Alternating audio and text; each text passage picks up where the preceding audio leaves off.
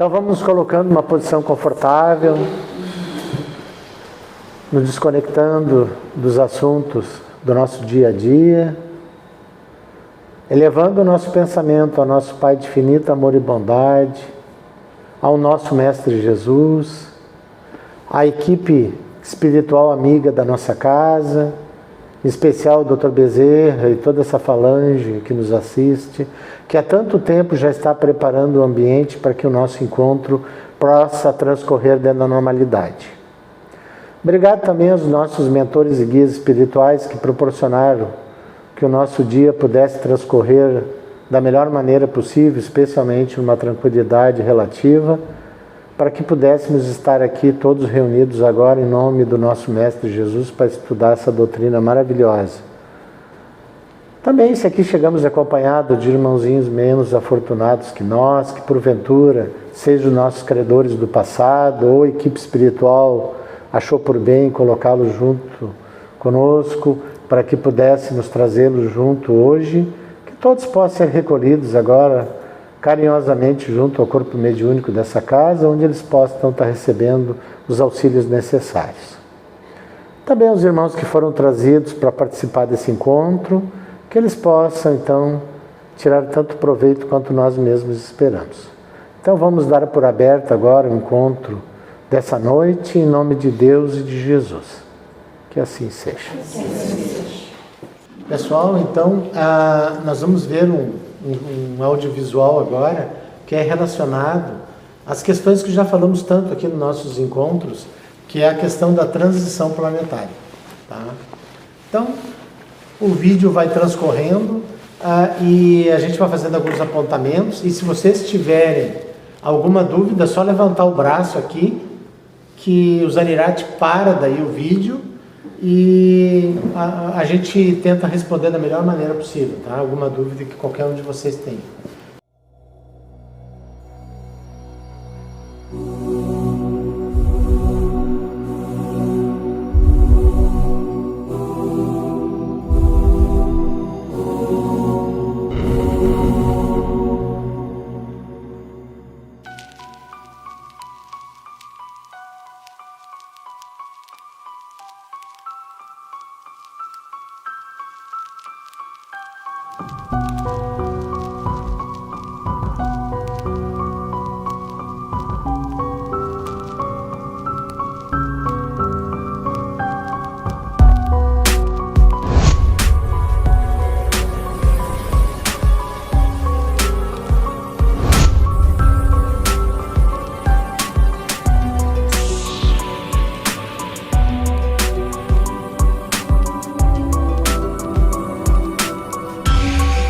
Meu Deus, Mentor Lúcius, que imensidão é essa? Saímos do nosso sistema solar? Olhe o tamanho daquelas árvores. Parecem arranha-céus. Tudo aqui é gigante. Sinto-me uma formiga. Sim, André. Estamos muito distantes da Terra. Este é o planeta Quiron, uma superterra, como chamam os astrônomos. Sua massa é 5 vezes maior que a do nosso antigo lar. Por isso, a gravidade aqui é intensa. E a biologia se adaptou a essas proporções. Tudo aqui é excessivo. A vida aqui explode em força bruta. É bonito, mas sinto uma vibração selvagem. Não há cidades? Não vejo luzes elétricas. Não há civilização tecnológica ainda. Estamos num estágio análogo à pré-história terrestre, mas numa escala muito maior. Este é um mundo jovem, fervilhando de energias primárias. É aqui que os exilados da Terra estão recomeçando. Mentor, cuidado! Olhe aquela fera. Parece um monstro jurássico. E... espere. Aqueles humanos enfrentando a fera, eles são enormes. São gigantes. Observe bem. Devido à gravidade e ao tamanho do planeta, os corpos físicos aqui desenvolveram-se com grande estatura e musculatura. São corpos rústicos, preparados para a sobrevivência física, não para o intelecto refinado. Os espíritos exilados da Terra estão reencarnando nesses corpos de gigantes. Lá na Terra, eles usavam ternos, frequentavam festas, viviam no ar-condicionado. Aqui, Eles precisam usar a força bruta para não serem devorados pelas feras. Que contraste terrível! Ter a mente de um homem moderno, mas estar preso num corpo primitivo, cercado por monstros. É a lei de causa e efeito, meu filho. Eles usaram a inteligência na Terra para predar seus irmãos mais fracos. Agora, vivem num mundo onde eles são a caça. Eles precisam desenvolver a coragem e a união para dominar estas bestas, já que não souberam dominar a besta interior do egoísmo quando tiveram chance. Estamos dentro da morada deles. É uma caverna imensa. Sinto uma angústia neles, mentor. Uma revolta. Eles sabem que não pertencem a este lugar? Inconscientemente, sim. O perispírito deles guarda as impressões de um mundo mais suave. Eles olham para essas mãos grossas, para esses corpos pesados e sentem que são estranhos no ninho. A revolta é comum nos primeiros séculos. Muitos enlouquecem. Outros tentam dominar o grupo pela força, repetindo os erros da Terra. Mas a natureza de Quiron é implacável. Ou eles colaboram para enfrentar as tempestades e os predadores gigantes, ou perecem. Então o sofrimento vem da luta contra o ambiente? Vem do ambiente e da limitação do corpo. Imagine um grande pianista reencarnado num corpo cujos dedos são grossos e duros, incapazes de tocar. Imagine um cientista num cérebro que só processa instintos de caça. Essa prisão na carne densa é o que vai amaciar o orgulho deles, André. Até que aprendam que a verdadeira superioridade é a do espírito, não a do corpo ou da posição social. Olhe lá. Eles estão construindo uma proteção. Estão trabalhando juntos.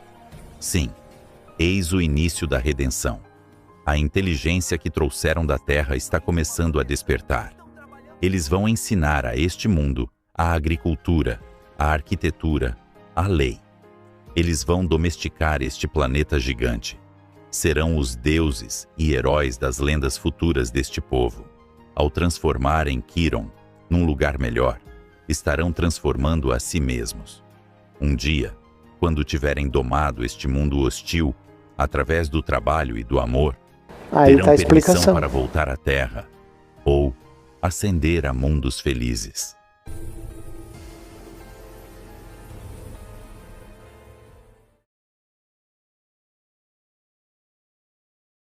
Lúcius e André estão em um plano espiritual elevado, num tipo de observatório. Diante deles, uma espécie de portal ou espelho mostra imagens da Terra atual. Eles observam com serenidade, mas André está curioso. Mentor Lúcius, onde estamos agora?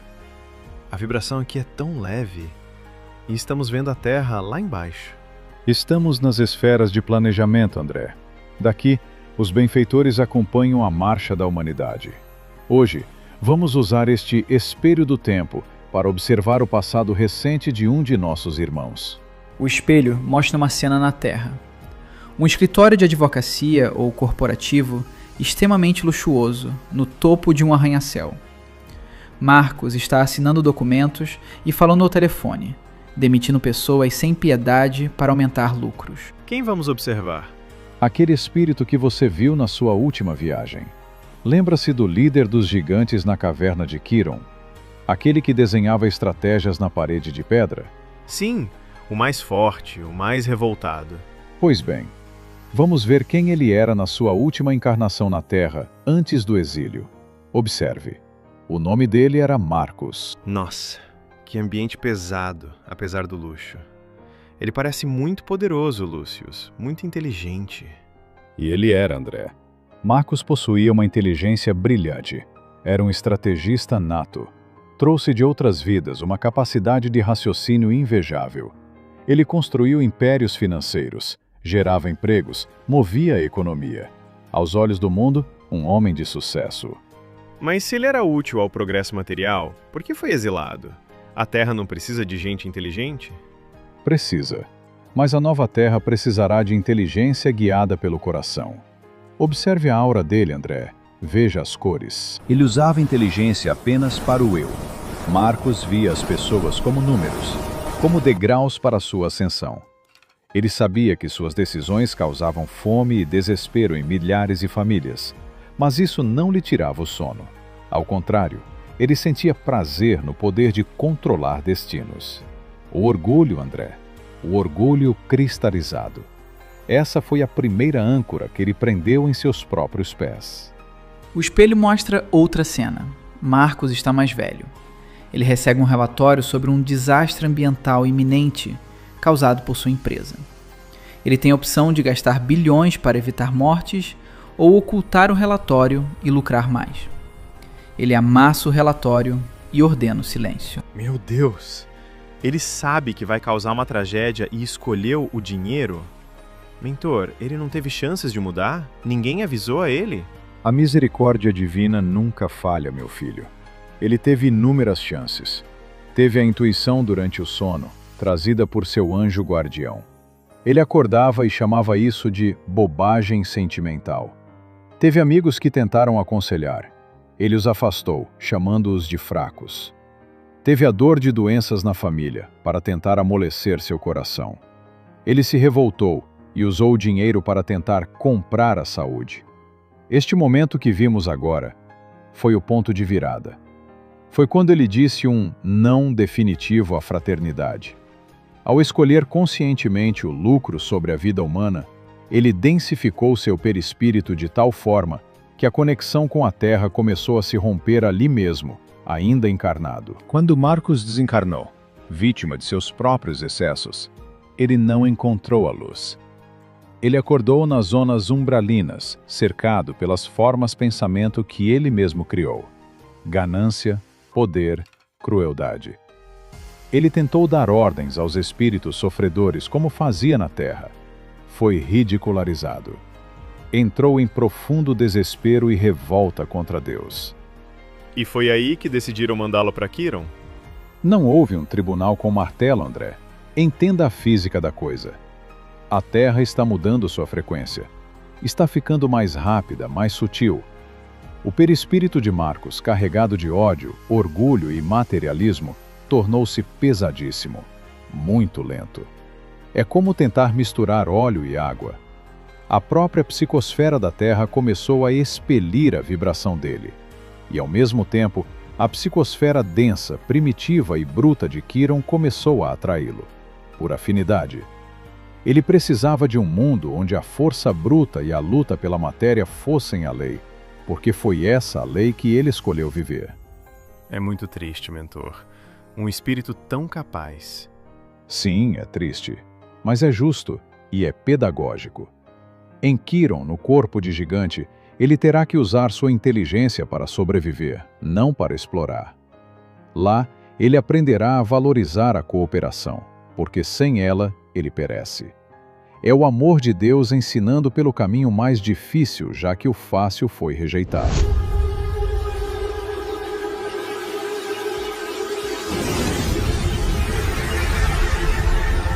Fazer alguma colocação, alguma coisa? No começo da Terra, como ele diz, cara, tem uma... pelos estudos aqui, eles descobrem ossos de gigante aqui. Então a Terra, ela começou com essa psicosfera pesada e os nossos, esses foram antes ainda dos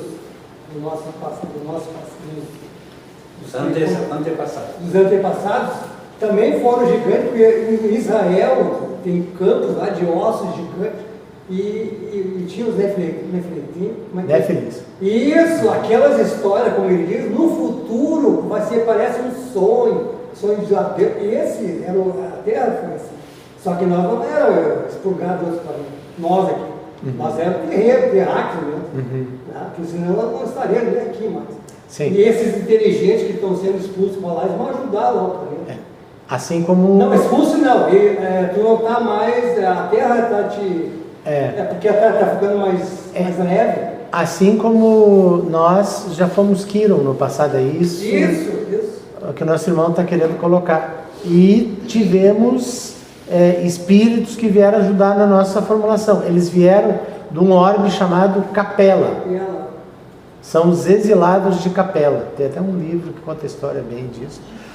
Então, mas nesse caso, isso é providência divina, tá? Porque a gente sabe que se no nosso planeta, no tamanho do nosso planeta, tivesse 5 vezes mais gravidade que tem, nós não seríamos gigantes, seríamos anãos, que a gravidade iria nos esmagar, então seríamos corpos densos, porém baixos.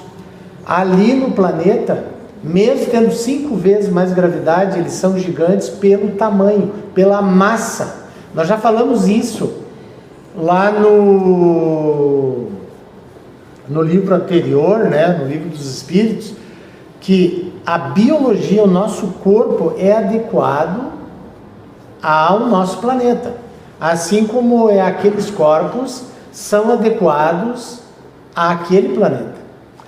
E vocês vão ver adiante que o que acontece. Nós já falamos que Jesus teve que fazer, né, a evolução perispiritual dele, ao contrário, não a evolução espiritual, perispiritual. O espírito não regride nunca. Mas por quê? Para ele conseguir reencarnar aqui entre nós, quando esteve, tá? No caso, o que vai acontecer ali?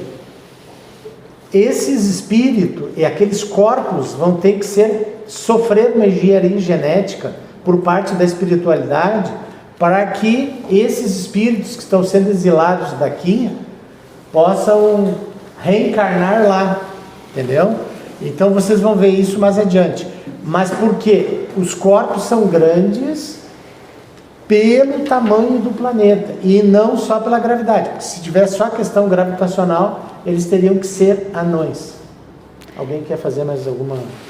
E como a gente também está vendo ali na nossa aula, a questão da importância do véu do esquecimento, porque esses irmãos vão auxiliar no desenvolvimento de Quiron, né, através desse conhecimento inconsciente que eles têm, e por isso também essa importância, né, porque eles precisam esquecer disso, mas para passar por essas provas, né? Lembra, Norma, que tu perguntava sobre a questão por que o véu do esquecimento? Aí está o exemplo. Alguém quer fazer mais alguma colocação? Inclusive aquelas árvores que tem nos Estados Unidos, a sequoia, né, são a prova viva até hoje. Aquelas eram pequenas na época da Terra. Sim. Então, Quiron é como o planeta Terra, só que para espíritos que precisam evoluir muito, é isso? É um planeta primitivo. É o primitivo. Pelo que vocês devem ter já colocações nas aulas de vocês de mediunidade que nós não... É que assim, existem classificações. O planeta que recebe esse tipo de espíritos, não só os exilados, mas como nosso irmão falou, existem espíritos nativos ali já, porque vocês viram que já existe hominídeos ali. E eles vão evoluir, que nem na Terra. Não se encontrou o elo perdido, porque existiam hominídeos na época, né? Mas não se conhece o Homo sapiens, né? O primeiro que se tem é o Homo erectus, mas naquela transição entre o Homo erectus e os hominídeos, que seriam os macacos, não se achou ainda, falta o elo que faz a sequência da evolução. Aí, provavelmente, nesse planeta, quando a ciência evoluir, eles vão faltar o elo, porque vocês vão ver que a espiritualidade depois vai ter que fazer engenharia genética nesses corpos para eles se tornarem compatíveis aos espíritos que vão reencarnar. Se lembra que nós falamos que Maria, ela é importante, não porque ela foi, né, a mãe de Jesus. Ela foi mãe de Jesus porque ela já era importante. E aqueles corpos tiveram que ser compatíveis para poder receber espíritos de tanta elevação espiritual. Vocês vão ver que eles vão fazer ali engenharia genética também.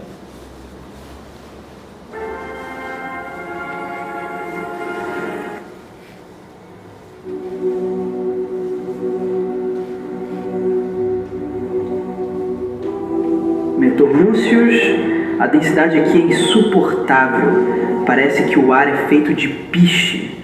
Onde estamos? Isso ainda é a Terra? Sim, André. Estamos nas crostas inferiores, as zonas abissais. Aqui se escondem as organizações que tentam impedir a transição planetária. Eles sabem que o tempo deles acabou e, por isso, tentam ancorar suas cidades trevosas na crosta para não serem levados pelo expurgo. Eu vejo muralhas? Parece uma fortaleza medieval lá embaixo. São fortalezas mentais, sustentadas pelo hipnotismo coletivo. Mas hoje, André, essas muralhas vão cair. Olhe para o horizonte. Eles estão chegando.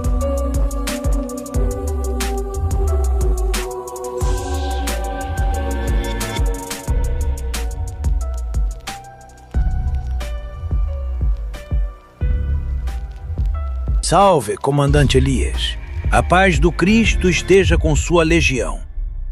Salve, Lucius. Estamos prontos para a incursão. O perímetro já está cercado. Jovem, mantenha sua vibração elevada. O que você vai ver hoje não é crueldade, é saneamento. Comandante, por que é preciso um exército? Deus não poderia apenas levá-los? Deus respeita o livre-arbítrio, mas também protege os inocentes. Estes irmãos que vamos retirar hoje são quistos no corpo da Terra. Eles são peritos em manipulação energética. Eles usam a energia vital de encarnados e desencarnados para se chumbar no solo terrestre. Se a lei de afinidade fosse atuar sozinha, demoraria séculos para desgrudá-los. A Terra não tem mais esse tempo. Nós somos os cirurgiões. Vamos cortar os laços que eles criaram e encaminhá-los para as naves de transporte. Olhe! As paredes estão derretendo! E aqueles seres de capas escuras? Eles estão tentando atacar os guardiões com raios vermelhos. É o duelo mental, André. Mas a luz condensada é sempre mais forte que a sombra. Observe o comandante Elias. Irmãos da Sombra, a resistência é inútil. O ciclo de exploração acabou. A misericórdia divina lhes oferece um novo recomeço. Não na terra, que vocês feriram, mas em um solo onde poderão expiar seus crimes trabalhando. Adormeçam agora. Eles dormiram imediatamente, mentor. Parece que foram desligados. É um choque anímico controlado. Eles precisam ser adormecidos para serem transportados. Acordados, eles destruiriam as naves com sua mente desequilibrada. Eles só acordarão em Quiron, já reencarnados ou preparados para a reencarnação nos corpos primitivos. Lá, sem a memória de sua magia negra, terão que reaprender a humildade. São milhares, mentor. É triste vê-los assim, amontoados, saindo de casa. Não sinta pena, André. Sinta esperança. A Terra respira aliviada a cada uma dessas naves que parte. Sem a influência mental destes líderes, milhões de encarnados na Terra vão sentir um alívio imediato. Vícios vão diminuir, guerras vão perder força. Nós estamos limpando a casa para que a era de regeneração possa entrar. Obrigado, guardião. O trabalho de vocês é a garantia da nossa paz futura. Nós já falamos várias vezes nos nossos encontros que o nosso planeta já deveria ter regenerado há muito tempo. São esses irmãos que estão causando tudo isso que a gente está vendo no nosso dia a dia, que estávamos até comentando antes, porque eles não querem que o planeta regenere. Porque eles sabem que assim que o planeta regenerar, automaticamente eles vão ser expurgados.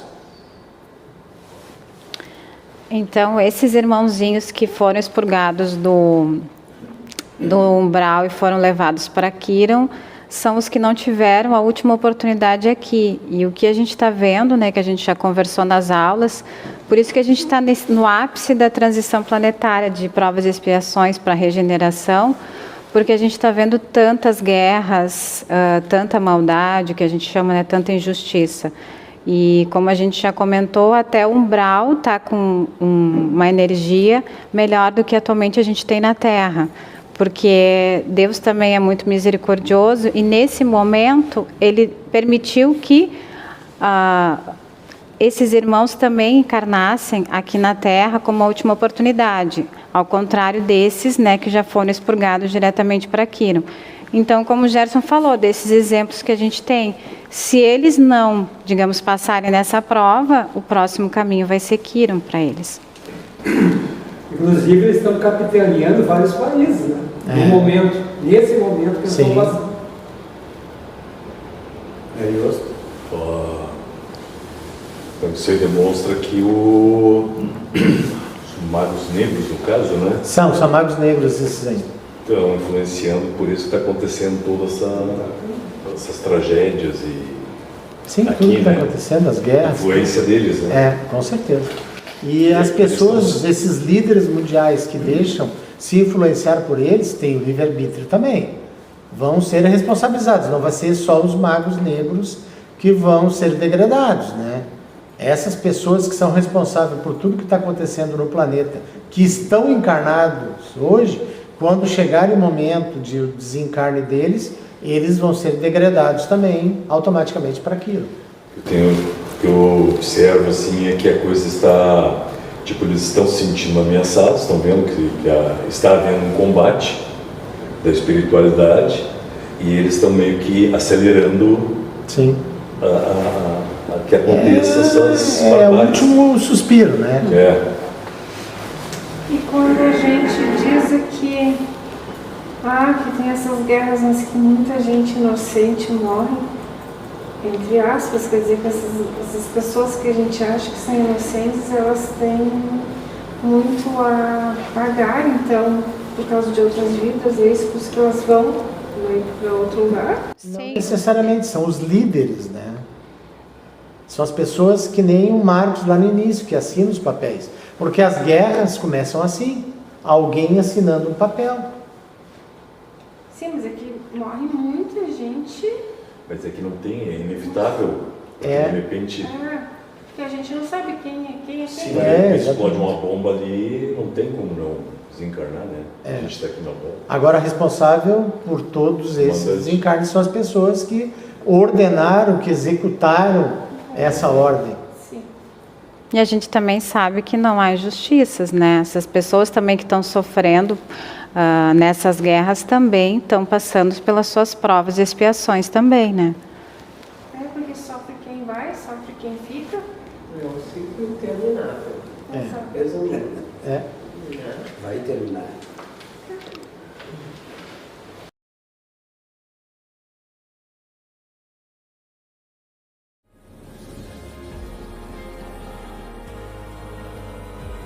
Mentor Lúcius, são milhares. Eu vi como eles lutaram para não entrar nessas naves. Eles gritavam que eram reis, imperadores das trevas. Para onde eles estão indo exatamente? Eles estão indo para o único lugar que vibra na mesma frequência que seus corações endurecidos, André. Olhe para frente. Eles estão chegando a Quiron, a nova casa. Aqui, a densidade é tão grande que funciona como uma gaiola de chumbo para a mente. Observe a descida. Na Terra, no plano do umbral, esses espíritos eram poderosos. Eram magos negros. Com a força da mente, criavam castelos ilusórios, hipnotizavam suas vítimas, plasmavam armas e monstros. Eles se achavam deuses. Eles vão atacar os habitantes locais, Lúcius? Se eles têm esse poder todo, vão escravizar os primitivos de Quiron. Aí está o segredo da misericórdia divina, meu filho. A lei aqui é outra. Acompanhe o desembarque. Eles estão rastejando? Por que não voam? Por que não atacam os guardiões? Sinta a atmosfera, André. O ar aqui é pesado, carregado de magnetismo primitivo. No umbral da Terra, a matéria mental é plástica, obedece ao pensamento. Aqui, a matéria é bruta, rígida. Veja aquele ali. Era um poderoso hipnotizador na Terra. Ele está tentando plasmar uma espada, tentando mudar sua aparência para assustar. Mas nada acontece. Em Quiron, o pensamento não molda o ambiente instantaneamente. A magia deles acabou. Pela primeira vez em séculos, esses tiranos sentem algo que julgavam ter superado: o medo. Eles não são mais predadores. Agora, são apenas náufragos em um mundo hostil. É patético. Eles parecem crianças perdidas. Sem os poderes mentais, o que sobra deles? Sobra a verdade, André. Sobra quem eles realmente são, sem as máscaras do poder. Agora, eles terão que lidar com a natureza. E a natureza de Quiron não negocia. O que é aquilo? A fauna local. Criaturas gigantescas, bestas primitivas. Esses espíritos, que antes assombravam os encarnados na Terra, agora terão que correr e se esconder como presas. A humildade que não aprenderam pelo amor, aprenderão pela sobrevivência. Eles precisarão uns dos outros. O orgulho isola, mas o medo une. Para sobreviverem nessa selva, terão que formar tribos, colaborar, redescobrir a fraternidade da maneira mais rústica possível. Então esse é o destino deles? Ficar fugindo de monstros para sempre? Não para sempre. Apenas até que seus perispíritos, corpos espirituais, sejam modificados pela energia do planeta. Em breve, a fadiga os vencerá. Eles adormecerão um sono profundo e esquecerão quem foram. E então, renascerão. Eles voltarão como os filhos desta terra, gigantes, fortes, mas sem a memória do mal que praticaram.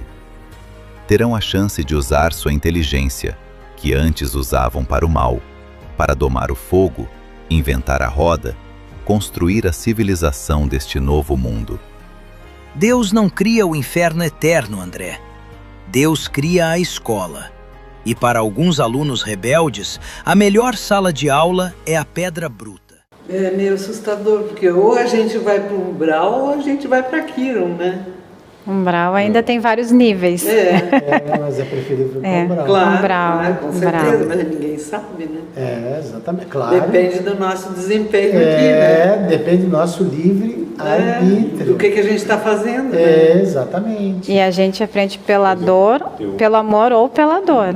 Sempre é o amor, né? Mas a gente não aceita o amor, acaba sendo a dor. Eu acredito que nós aqui, por exemplo, a gente vai para o Umbral.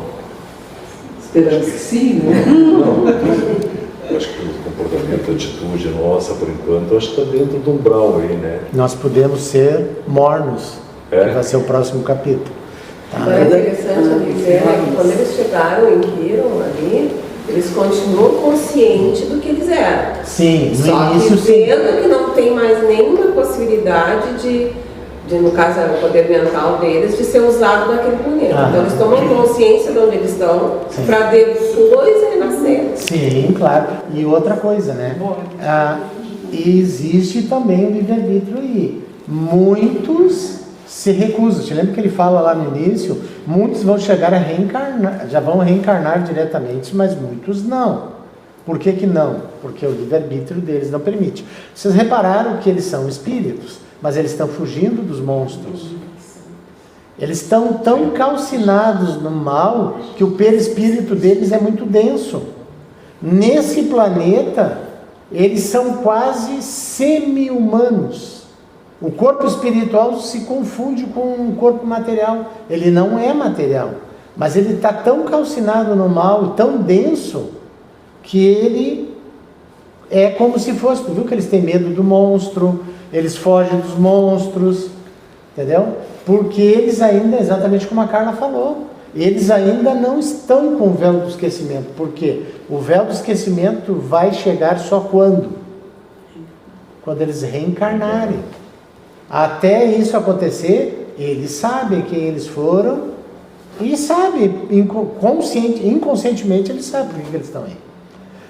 Esse é o ponto que nós temos que mais prestar atenção, se nós não somos mornos.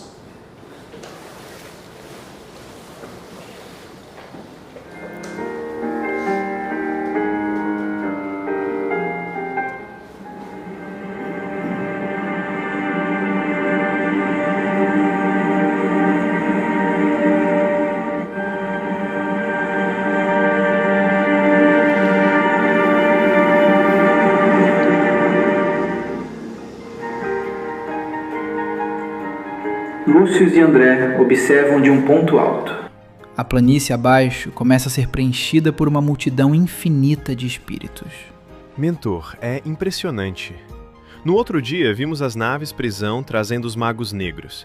Era uma energia pesada, de guerra. Mas hoje, olhe isso. São milhões. Parece uma migração bíblica. Quem são eles? Não são os líderes das trevas que vimos ser capturados por Elias. Aqueles rebeldes não suportariam a luz que vai descer aqui hoje. Fugiriam para as fendas mais profundas. Estes aqui são os mornos, os egoístas, os vaidosos e também aqueles que se deixaram levar pelos vícios. São nossos irmãos da Terra que, infelizmente, não atingiram a média vibratória. O magnetismo da nova Terra os repeliu naturalmente para cá. Eles parecem tristes, confusos. Vejo famílias, vejo jovens, idosos. Eles sabem que não estão mais na Terra? A maioria ainda dorme um sono hipnótico. Vão acordar em breve, achando que ainda vivem, mas notarão que o sol é diferente, que o ar é pesado. Mas antes que o véu do esquecimento cubra suas mentes para a nova encarnação, eles receberão o viático, o último alimento espiritual. Espíritos de luz, trabalhadores de Jesus, começam a organizar a multidão. Eles não usam armas ou redes, mas emitem ondas de calma. A histeria coletiva diminui. A atmosfera mudou. Aquela angústia de fim de mundo está sumindo. Lúcius, estou sentindo uma paz que nunca senti nem na Terra. O que está acontecendo? A espiritualidade maior não despeja seus filhos no lixo, André. Isso é uma transferência de escola, não um abatedouro. Os magos negros rejeitaram qualquer ajuda, escolheram a dor. Mas esta multidão, ela ainda tem ouvidos para ouvir, se a mensagem for de amor. Prepare-se. O governador espiritual da Terra, que também tutela este mundo novo, vem dar as boas-vindas. O céu de Quiron se abre num vórtice dourado. A luz é tão intensa que projeta sombras longas nas rochas vermelhas. A multidão de exilados olha para cima, instintivamente. É ele. Ele não abandonou os reprovados. Nunca abandona. Ele desceu aos infernos por nós. Por que não viria a Quiron? Escute, André. Ele vai falar à consciência deles. Filhos do meu amor, por que chorais a perda do paraíso que vós mesmos rejeitastes? A terra segue seu curso para a luz e vós, por sintonia, buscais agora pouso compatível com vossos corações. Não vedes castigo nisto? Vede oportunidade. Aqui, neste solo virgem e rude, tereis a bênção do esquecimento e o suor do trabalho. Vós sereis os pais e as mães desta nova humanidade. A luz de Jesus mostra flashes do futuro, esses espíritos reencarnando nos corpos primitivos. Como o Gerson tinha falado, Jesus teve que baixar o seu padrão vibracional, para reencarnar aqui na Terra, e por isso que ele acabou cegando Paulo às portas de Damasco, porque quando ele voltou a toda a sua plenitude espiritual, quando ele apareceu para Paulo, por isso que a luz dele cegou Paulo totalmente, ao contrário do que aconteceu quando ele ressuscitou, e apareceu para Maria, sua mãe, e a Maria Madalena. Também, lembra que a gente comentou dessa questão? Descobrindo fogo, construindo as primeiras cabanas, ajudando uns aos outros contra as feras. Os que se julgaram sábios na terra, aqui reaprenderão a simplicidade. Os que se julgaram poderosos, aqui dependerão da força do braço e da união com o irmão para sobreviver. Eu vos prometo, não estareis sós. Enviarei meus missionários, e quando vossa dor houver lapidado o orgulho, e vossa saudade houver acendido a chama do amor, eu mesmo estarei convosco novamente. Coragem. O exílio é a ponte de volta para casa.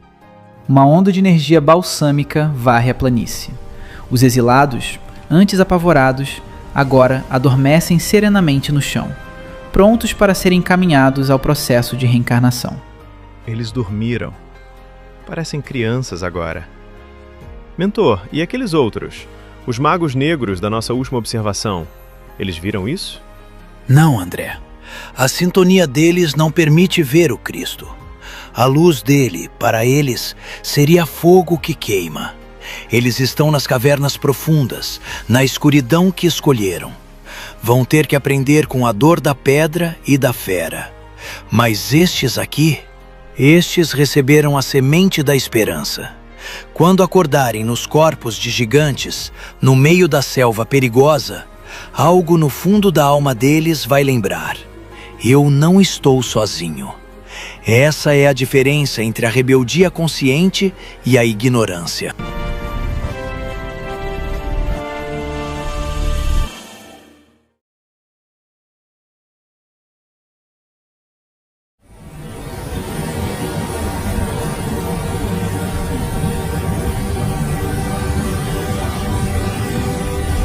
A misericórdia divina reúne, mas a lei de afinidade separa. Em Quiron, a geografia reflete o estado moral. Lúcius, esse lugar é insuportável. O vento parece cortar. Quem foi mandado para cá? Aqui estão os inconformados, André.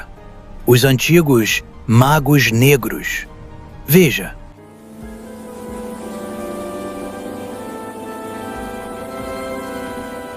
Eles parecem sólidos. Eles sentem frio? O perispírito deles está tão carregado de energias densas da Terra que nesta atmosfera pesada de Quiron, eles quase tangenciam a matéria física. Sim, eles sentem o frio, a areia cortante, a sede. Não é vingança, André, é a física. A vibração deles exige esse ambiente rústico para quebrar a casca do orgulho. Eles ficarão neste deserto por muito tempo, aprendendo a humildade da sobrevivência.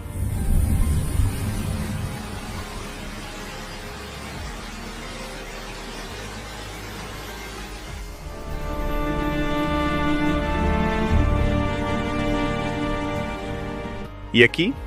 O clima é menos agressivo, mas que tristeza profunda. Este é o Vale da Espera. Aqui estão os bilhões de mornos, aqueles que não fizeram o mal deliberado, mas viveram apenas para si mesmos. Eles não precisam da dureza do deserto, mas precisam do tempo. Em breve, eles começaram a formar as primeiras colônias espirituais, mas agora ainda estão demasiadamente chocados para cumprirem esse intento. Eles estão se lembrando da Terra? Constantemente. A erraticidade para eles é um período de luto. Eles lembram de suas casas, seus carros, seus cargos, coisas que não existem aqui. É um processo de desapego forçado. O perispírito deles precisa esquecer a sofisticação da Terra para aceitar a simplicidade bruta de Quiron. Aqui entra a parte mais fascinante, relatada nos livros de Chico Xavier. Não basta o espírito querer nascer. O corpo físico precisa ser compatível.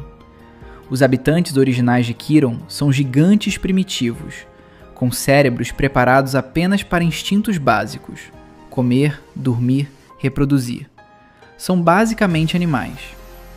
Como colocar a mente de um engenheiro, de um professor ou de um político da Terra dentro desse corpo sem queimar o cérebro biológico? Observe, André. Aqueles seres de luz não são deste planeta. São especialistas enviados de esferas superiores. O que eles estão fazendo com aquele primitivo? Estão fazendo enxertia espiritual. Estão alterando a genética sutil da raça nativa. Eles precisam expandir a capacidade craniana, refinar o sistema nervoso. Se um espírito da Terra reencarnasse nesse corpo agora, a voltagem mental dele destruiria o sistema nervoso do gigante. É um trabalho de séculos. Eles preparam o molde biológico.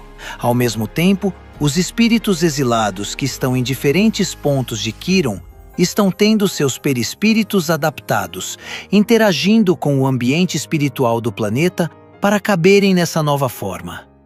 É um ajuste de duas vias. A biologia sobe um degrau o perispírito dos terráqueos também começará a moldar lentamente os corpos físicos dos primatas de Quiron. Eles começaram a assumir cada vez mais a forma humana, pois o espírito molda o corpo físico em uma via de mão dupla. Assim como os capelinos ajudaram a moldar o Homo erectus até a formação dos sapiens, os terráqueos ajudarão na modificação estrutural dos Homo quirianos primitivos. É assim que cada mundo contribui para a evolução universal. Eles estão horrorizados, Lúcius. E quem não estaria? Imagine sair de um apartamento em Paris ou Nova York e descobrir que seu próximo corpo será aquele, peludo, gigante, vivendo em cavernas. Mas é necessário, André. A erraticidade vai durar até que esse horror se transforme em resignação. Eles só reencarnarão quando aceitarem que aquela é a única embarcação disponível para a sua evolução.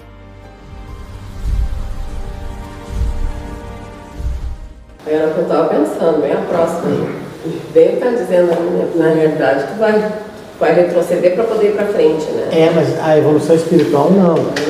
Tá? Não tinha, né? Evolução ali. Não, porque o teu conhecimento todo vai ficar contigo ainda. E é isso que vai fazer ajudar a evolução do planeta, assim como os capelinos ajudaram a nossa. O que vai ser estagnada a nossa evolução espiritual? O que eles vão retroceder é a forma perispiritual. Lembra que uns livros que Jesus demorou 10 mil anos, 5 mil anos, 1000 anos, revertendo, recriando, na realidade, no caso de Jesus, o perispírito que Jesus não tinha mais, porque Jesus não precisava mais reencarnar. Então ele teve que recriar, então ele fez ao contrário, mas isso a forma perispiritual. Então o que eles vão fazer agora?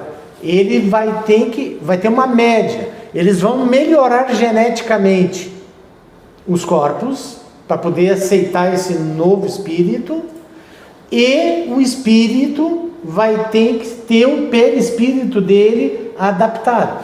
Quando nós evoluirmos para um planeta melhor que o nosso, o perispírito perde densidade, certo? Ele fica mais sutil. Agora, como nós estamos indo para um planeta que ele é mais denso, o que acontece? Nosso perispírito tem que ser mais denso. E o perispírito só serve para isso. Ele é um órgão, digamos, um corpo espiritual, que quando nós atingirmos a nossa plenitude, ele não tem mais utilidade nenhuma para nós, porque nós não vamos mais precisar reencarnar.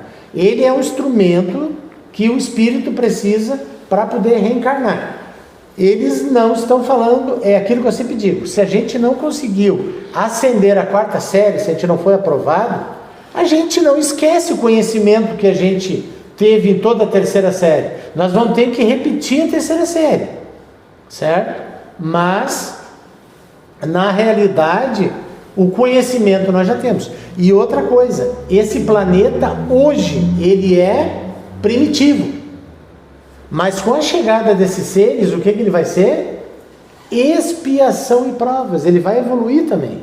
Quando a Terra evoluir agora com a saída desses espíritos, e esses vão receber a chegada de outros, ele vai evoluir para um planeta de primitivo para expiação e provas. A Terra vai evoluir de expiação e provas para mundo regenerador. E essas pessoas que estão saindo para Quiron, outros planetas que estão evoluindo na nossa frente, de regeneração, evoluindo a planetas felizes, tem muitos lá que também não conseguiram fazer a lição de casa, digamos assim, não conseguiram atingir aquela média que ele fala ali do planeta. Então, eles também vão ser degradados desses planetas para a Terra, que vai ser regenerada. Aí vocês vão dizer, tá, mas a Terra é regenerada. E para eles, não. Para eles é uma regressão, ao passo que esses espíritos estão sentindo ali em Quiron.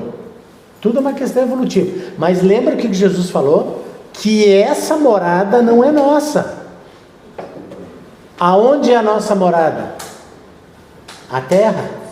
Nós vamos ali complementar a nossa evolução. Quando nós tivermos condições, vamos voltar à Terra.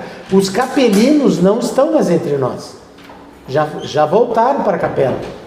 E esses, todos degradados, vão retornar à Terra no momento que eles conseguirem lapidar o seu perispírito, o seu espírito, né? Que eles atingirem a evolução necessária, a compatibilidade, eles vão voltar para a Terra. Então isso é um degredo momentâneo. Agora é interessante que eu estava assim, reparando o que tu estava falando, né? E que é o pavor deles ali. Então assim, ó, teu livre-arbítrio, ele é cortado para te levar para aquele planeta, mas ele se mantém dentro do planeta para a opção de tu encarnar quando tu achar que realmente aquilo ali é a única opção que tu tem. Enquanto tu não aceitar aquilo ali, tu continua naquele mesmo planeta, só que no formato... Porque senão não teria questão educativa. Se o espírito não aceita essa tarefa, ele vai só gerar revolta. Se ele for compulsório, o que acontece? Ele vai só se tornar um espírito revoltado. Ele não aprende com isso. Ele tem que querer aceitar isso.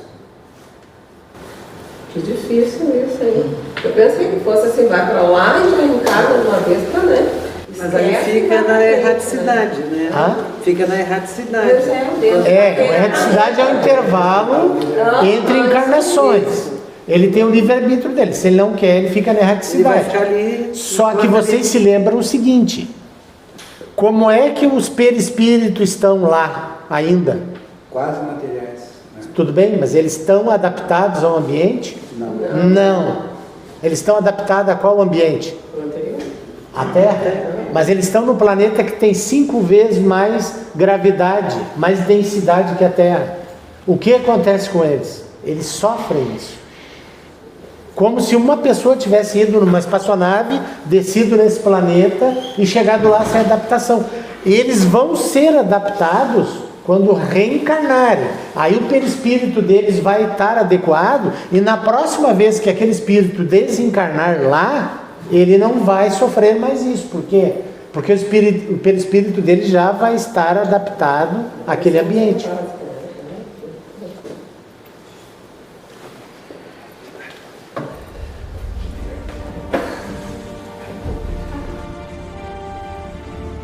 Lúcius, eu não consigo aceitar isso. Olhe para eles. Eles mal articulam palavras, são grunhidos. Eles comem com as mãos sujas de terra.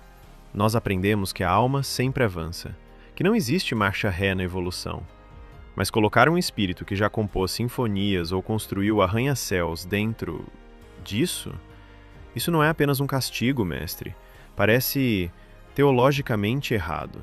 É como pegar um universitário e obrigá-lo a voltar para o jardim de infância. Cuidado com a arrogância do intelecto, André. Você está confundindo o músico com o instrumento. Quem é o instrumento e quem é o músico? Vocês entenderam? Quem é o instrumento?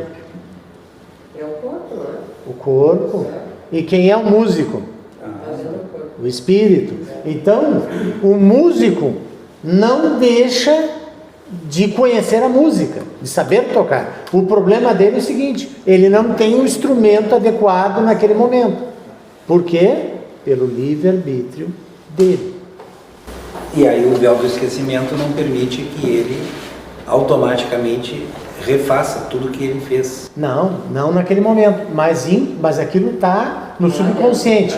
Vocês vão ver nos outros vídeos que eles vão usar, a providência divina permite que eles utilizem, porque eles não podem saber quem eles foram. Porque senão eles vão tentar fazer o quê? Escravizar aqueles outros, porque eles vão saber que eles conseguem. Então, por isso a importância do véu do esquecimento.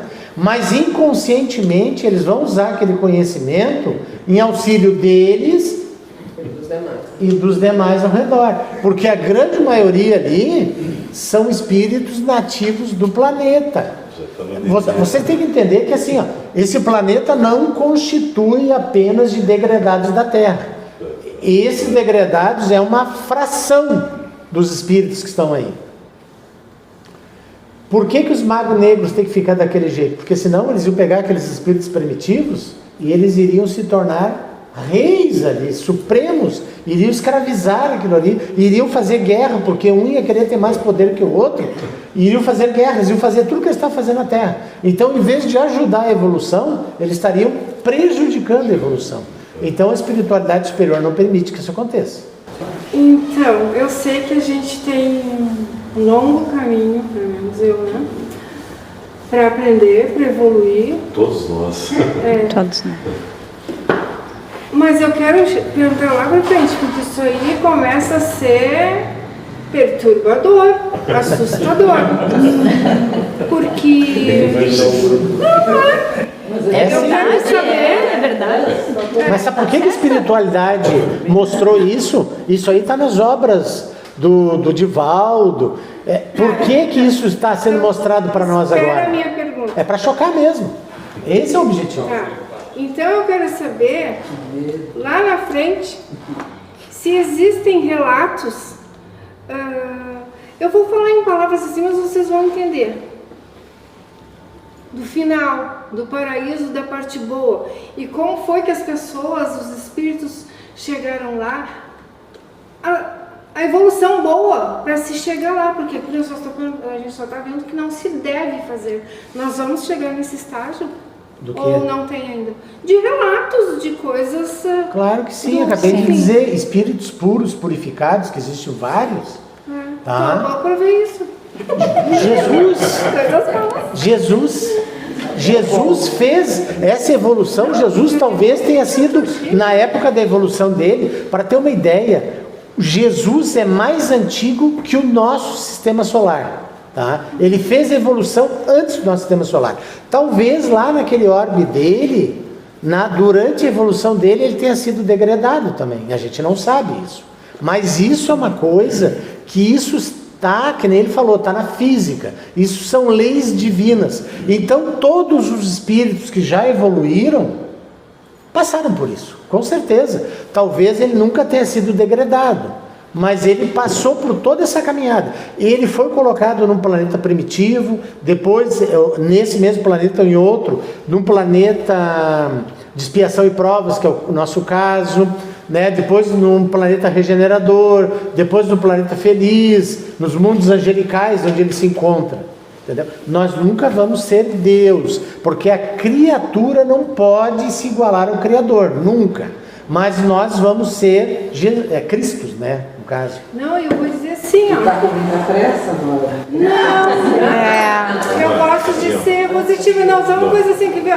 Deus, eu acho que a criatividade que ele tem para colocar esses filhos na linha, como seria bom se a gente conseguisse isso com os nossos filhos, né?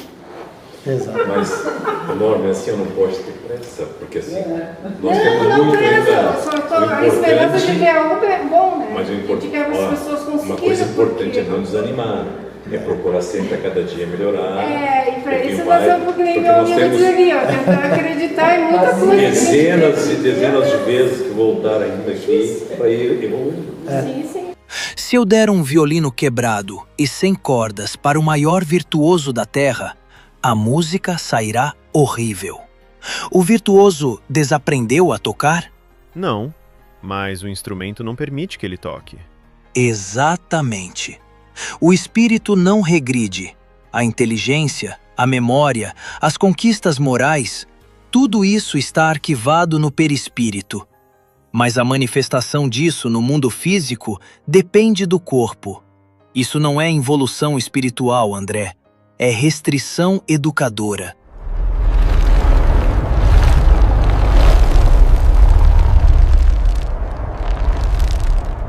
Imagine que os exilados são pilotos de Fórmula 1. Eles tinham carros velozes na Terra, corpos cerebrais ágeis. Mas eles usaram esses carros para atropelar os outros, para correr riscos desnecessários, para a vaidade. Agora, a direção da prova, Deus, tirou o carro de corrida e lhes deu um trator pesado. O piloto esqueceu como dirigir? Não. Mas tente fazer uma curva a 300 km por hora com um trator. É impossível. O corpo do gigante de Quiron é o trator.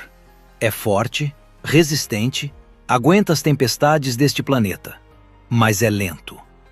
O cérebro deles não processa pensamentos abstratos rápidos. Então eles vão se sentir presos? Vão se sentir angustiados no início. A mente quer voar, mas o cérebro biológico só quer comer e dormir.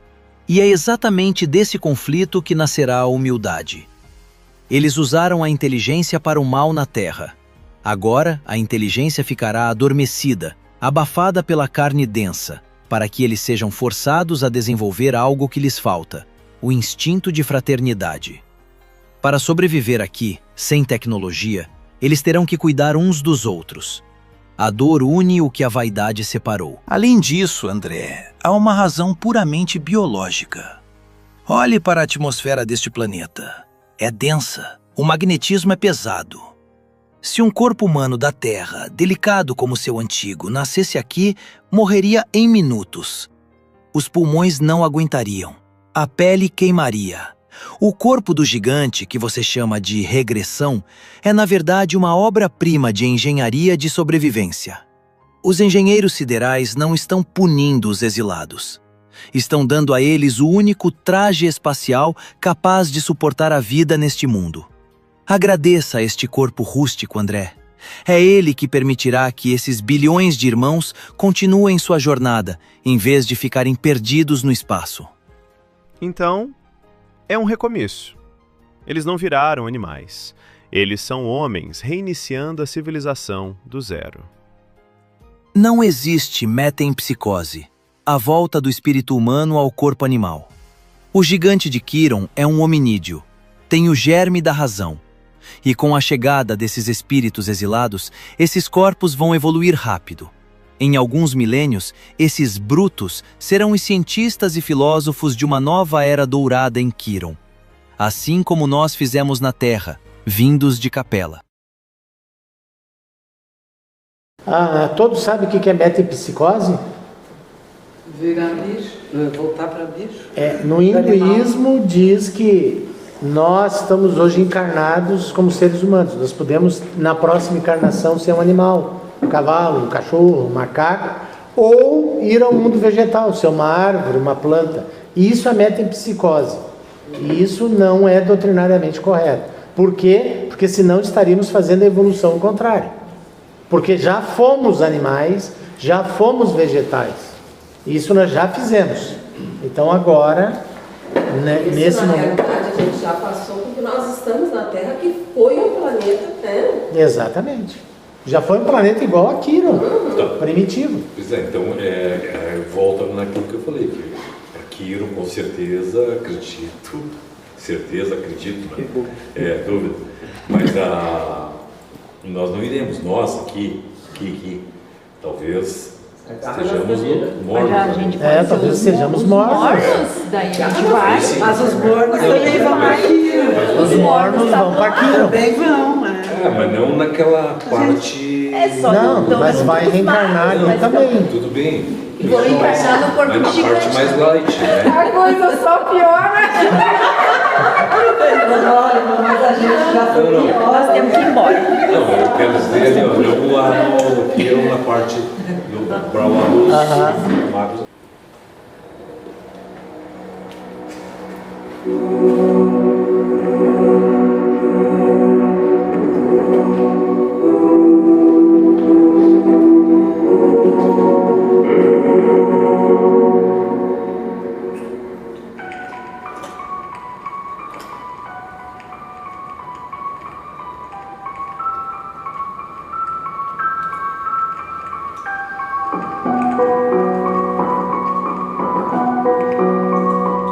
A atmosfera aqui é pesada, Lúcius.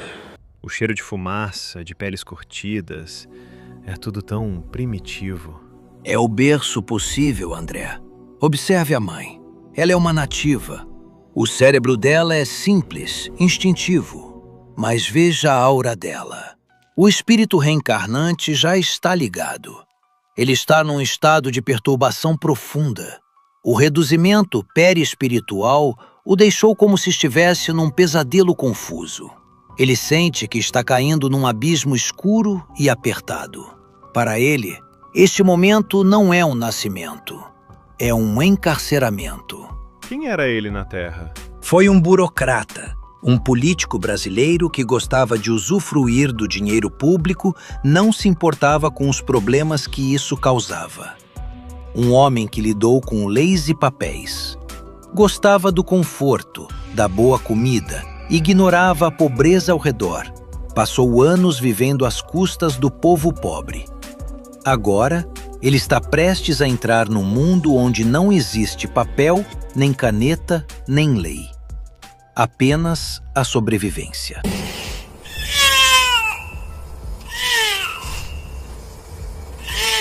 Meu Deus, Lúcius.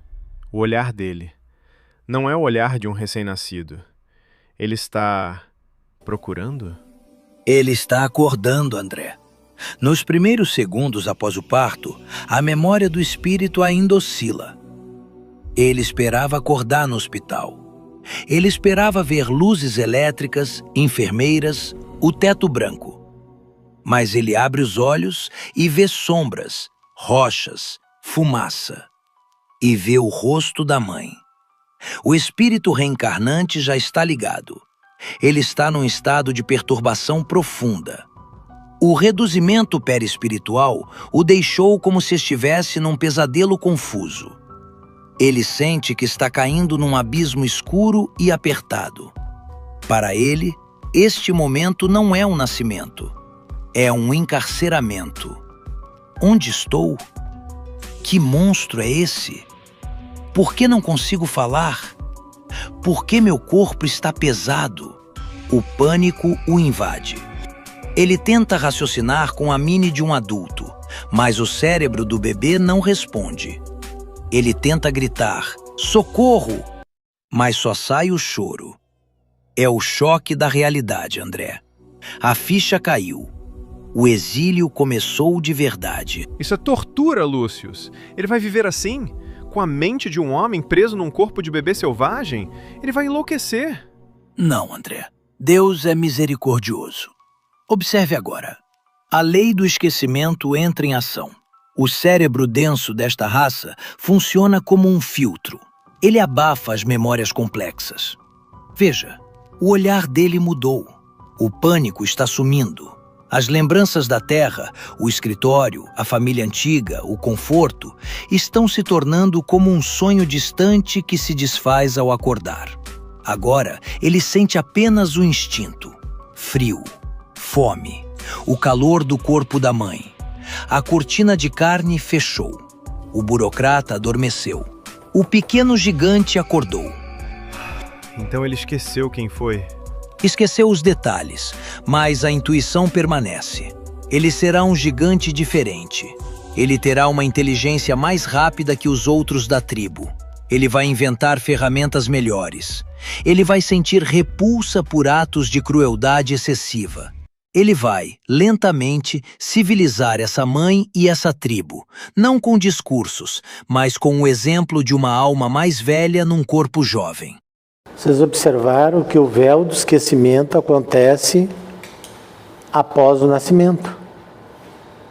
Isso acontece com a gente também quando reencarna. Mas não totalmente, né? Não, mas até os 7 anos, mais ou menos, aí é deletado tudo. Aí a gente começa uma existência completamente nova.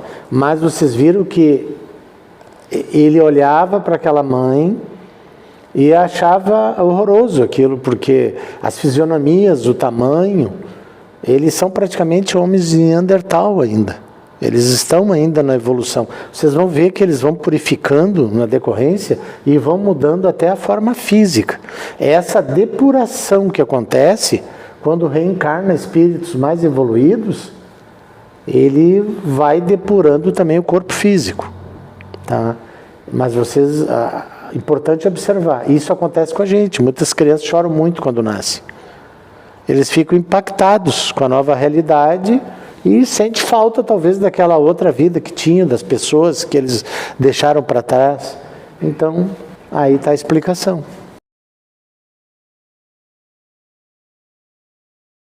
Uma planície árida com rochas negras. Um grupo de gigantes machos corre desenfreado atrás de uma besta jurássica. Eles gritam e jogam pedras aleatoriamente.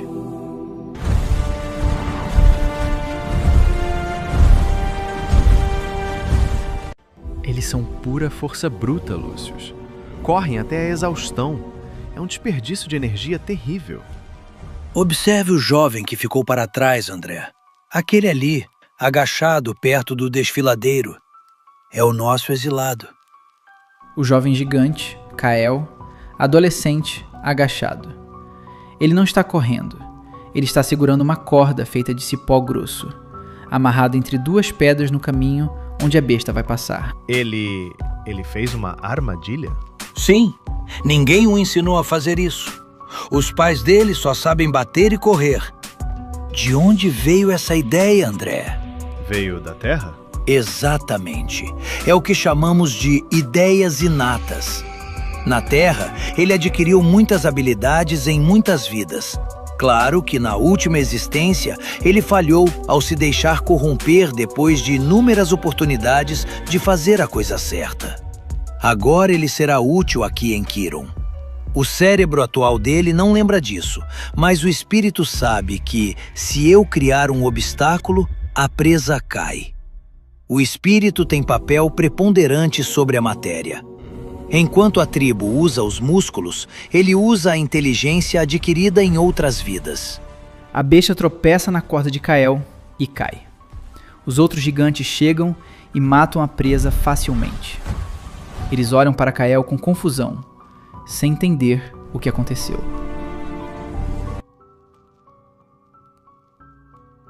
Noite na caverna. A tribo come a carne crua, rasgando com os dentes. Kael está num canto, assando seu pedaço de carne num espeto improvisado sobre o fogo. Ele parece tão solitário, Lúcius. Olha a cara dele de repugnância vendo os outros comerem carne crua. É o isolamento do pioneiro, André. O espírito dele rejeita a barbárie. Ele, instintivamente, sabe que o fogo melhora o sabor e evita doenças, embora não saiba explicar o porquê. Mas veja, isso gera inveja. O líder da tribo se aproxima de Kael, derruba o espeto dele no chão e grunhe, ameaçador. O líder está desafiando ele. O instinto animal seria Kael pular no pescoço dele. Observe a reação de Kael. Um nativo puro atacaria, mas Kael, ele respira, ele recua, ele controla a raiva. Essa é a maior prova de que ele é um exilado da terra, o autocontrole. Ele sabe que brigar agora não leva a nada. Ele tem uma visão de longo prazo que os outros não têm. Ele é um estranho no ninho.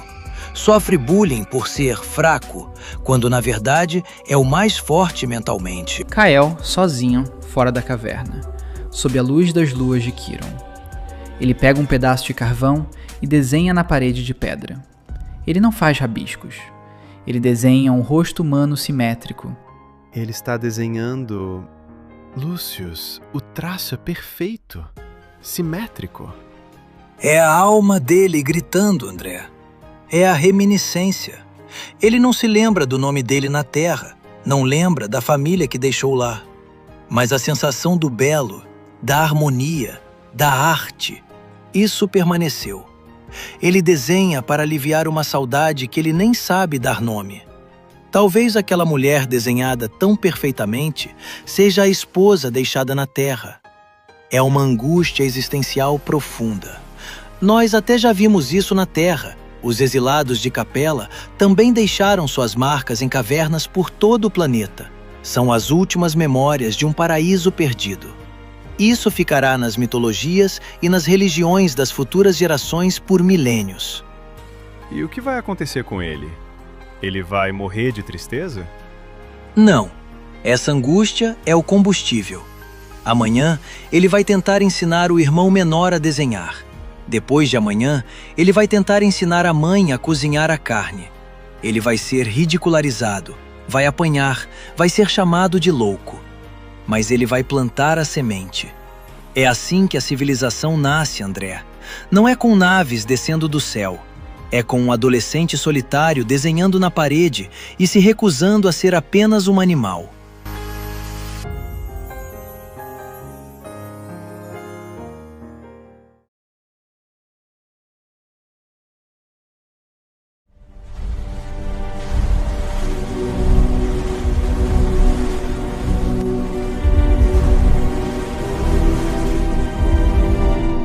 tribo de gigantes migrando sob uma chuva torrencial. O terreno é lama e pedras afiadas. Eles andam curvados, cansados. Essa migração é brutal, Lúcius. Eles estão andando há dias sem parar. Olha aquela fêmea mais velha. É a mãe de Kael? Sim, o corpo físico dela está gasto. A vida em Kiron envelhece as células rapidamente. Ela está com febre e uma das pernas está muito inchada. Ela está atrasando o grupo.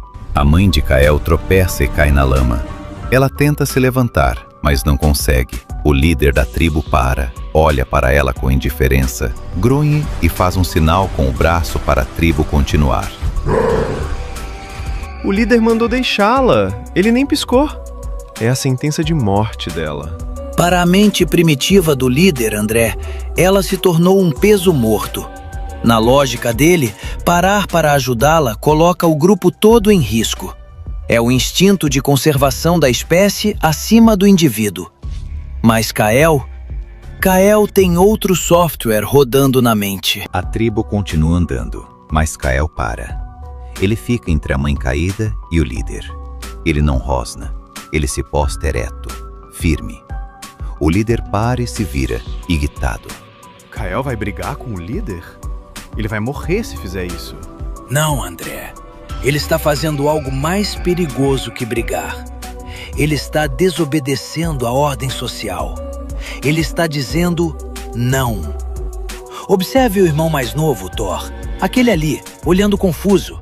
O irmão está dividido. O instinto diz, siga o líder. Mas o coração... O coração está respondendo ao magnetismo de Kael. Kael se abaixa, limpa o rosto da mãe. Ele demonstra afeto. Thor nunca viu isso antes. O afeto é contagiante, André. É uma vibração que acorda a alma adormecida. Veja. Kael e Thor tentando levantar a mãe. Ela é enorme, pesa mais de 300 quilos. Eles não conseguem carregá-la no braço por muito tempo. É impossível, Lúcius. Eles não vão conseguir carregar uma gigante adulta por quilômetros. O líder tinha razão? A força bruta falha. Mas é aqui que entra a ideia inata de Kael novamente. O amor impulsiona a inteligência. Na Terra, Kael sabia física. Ele sabia sobre alavancas e redução de atrito. Kael corta 2 árvores longas e finas. Ele usa cipós para amarrar peles entre as árvores, criando uma espécie de maca de arrasto. Veja o irmão. Thor não entende a física, mas entende o propósito. Ele está aprendendo a construir. O amor pela mãe está acelerando a evolução intelectual dele. Eles colocam a mãe na maca. Kael pega as pontas da frente. Thor ajuda a empurrar. Eles estão movendo ela. Com dificuldade, mas estão. O atrito diminuiu. Onde a força muscular falhou, a engenharia, motivada pela piedade, venceu. Essa é a verdadeira ciência, André. Aquela que serve para aliviar a dor. Amanhecer. A chuva parou. O acampamento da tribo ao longe. O líder está sentado. De repente, surgem Kael e Thor arrastando a mãe na maca. A tribo inteira para olhar, chocada. A cara do líder, ele não acredita. Ele achou que eles morreriam ou voltariam sozinhos.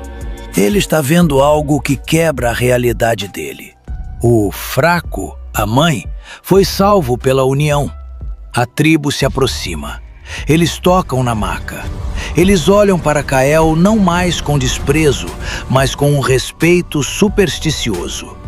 Hoje, Kael não ensinou apenas como carregar peso.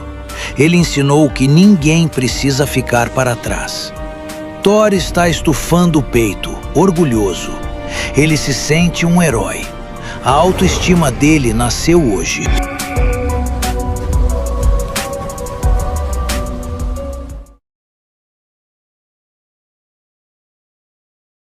O céu de Kiron está negro e roxo. Raios imensos cortam o horizonte. O som é ensurdecedor. A tribo está encolhida no fundo da caverna.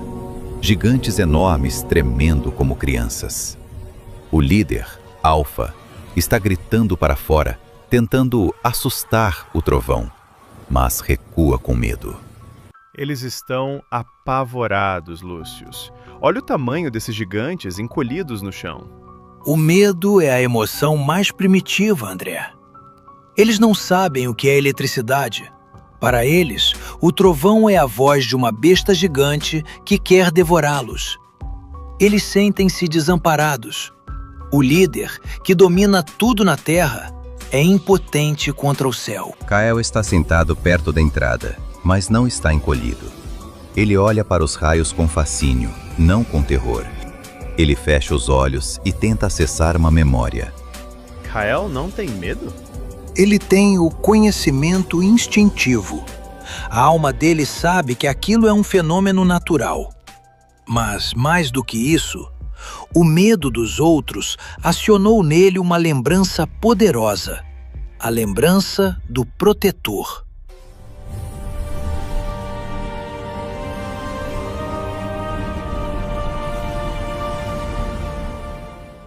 Ele lembrou do governador. Sim, ele lembrou da sensação de segurança. Ele quer passar isso para a tribo. Ele quer dizer: não tenham medo, existe alguém maior que cuida de nós. Mas ele não tem palavras, André. A linguagem deles é feita de grunhidos para carne, água, perigo. Não existe palavra para Deus ou amor. Então, como ele vai explicar? Com símbolos. Veja. Kael se levanta. Ele pega uma pedra ocre, giz natural, e vai até a parede mais visível da caverna. A tribo olha, curiosa. O medo dá lugar à atenção. Ele desenha um grande círculo com raios saindo dele. Embaixo, ele desenha figuras pequenas, a tribo, protegidas pelo círculo. Um sol? Mas é noite. É a luz. Ele está desenhando a luz que protege. Ele aponta para o desenho, depois aponta para o céu e faz um gesto de não com a cabeça. Depois aponta para o desenho e faz um gesto de abraço. Ele está tentando dizer: o monstro do céu não pode nos pegar se a luz estiver conosco. A tempestade começa a passar. Coincidência meteorológica, mas interpretada como milagre. Um raio de luz de uma das luas rompe as nuvens e ilumina a entrada da caverna. A tempestade parou logo depois que ele desenhou. Sincronicidade, André. Mas para a mente mágica dos primitivos, foi causa e efeito. Eles acham que o desenho parou o trovão. Observe o desastre teológico acontecendo agora. O líder da tribo se aproxima do desenho na parede. Ele se ajoelha.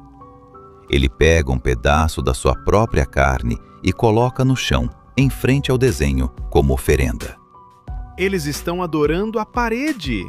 Kael está tentando impedir. Kael queria ensinar a fé, uma conexão interna. Eles entenderam a idolatria. O poder está no objeto. Kael tenta dizer: não é o desenho, é o que ele representa.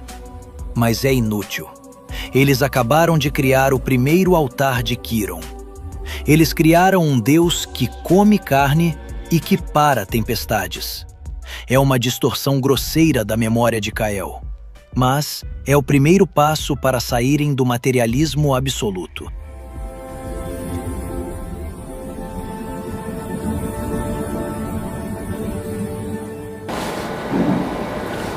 É um sistema de avanços, embora precários e que até, de certa forma, criam coisas absurdas, né? Mas não deixa de ser um avanço, né? Todo tempo são pequenos avanços, né? Coisas de detalhes pequenos, muito pequenos. Né? Sim, é evolução, né? Ela tem que cumprir etapas, né? Então, mas já é um avanço que o Espírito... Vocês observaram que nem todo mundo ali tem o mesmo nível evolutivo, né? Aqueles, todos que estão ali na caverna junto com ele, todos são espíritos primitivos, recém-saídos da criação. E ele já é um espírito mais evoluído, certo? Então, ele está ajudando a evolução daquele orbe. Assim como os exilados de Capela nos auxiliaram quando nós éramos, nós éramos um orbe primitivo ainda, certo? Nós vamos agora ajudar esse orbe primitivo e está chegando aqui no nosso orbe agora seres que estão sendo exilados de planetas que já estão na regeneração, também não conseguiram acompanhar a evolução lá, estão vindo para cá como exilados e vão ajudar na nossa evolução e depois retornarão aos orbes de origem. Ninguém quer falar nada? Não, é que estou colocando assim, o fato de tu ser exilado ou não, está vinculado não a conhecimento científico, e sim a comportamento. Exatamente, é porque assim... Tu pratica, tu até pode saber, mas não pratica. E outra coisa, a gente sabe que sempre a evolução tecnológica, ela não acompanha a evolução moral, né? Então eles conseguiram, nós aqui conseguimos evoluir, estamos conseguindo evoluir muito mais rápido a evolução tecnológica do que a evolução moral. Se a gente pudesse observar, por exemplo, o dia a dia do Elon Musk, moralmente é execrável. Sim. Mas ele proporcionou, junto com a forma dele lidar com a equipe e tal, um avanço significativo, né? Sim, referência mundial. Desse plano, desse órgão.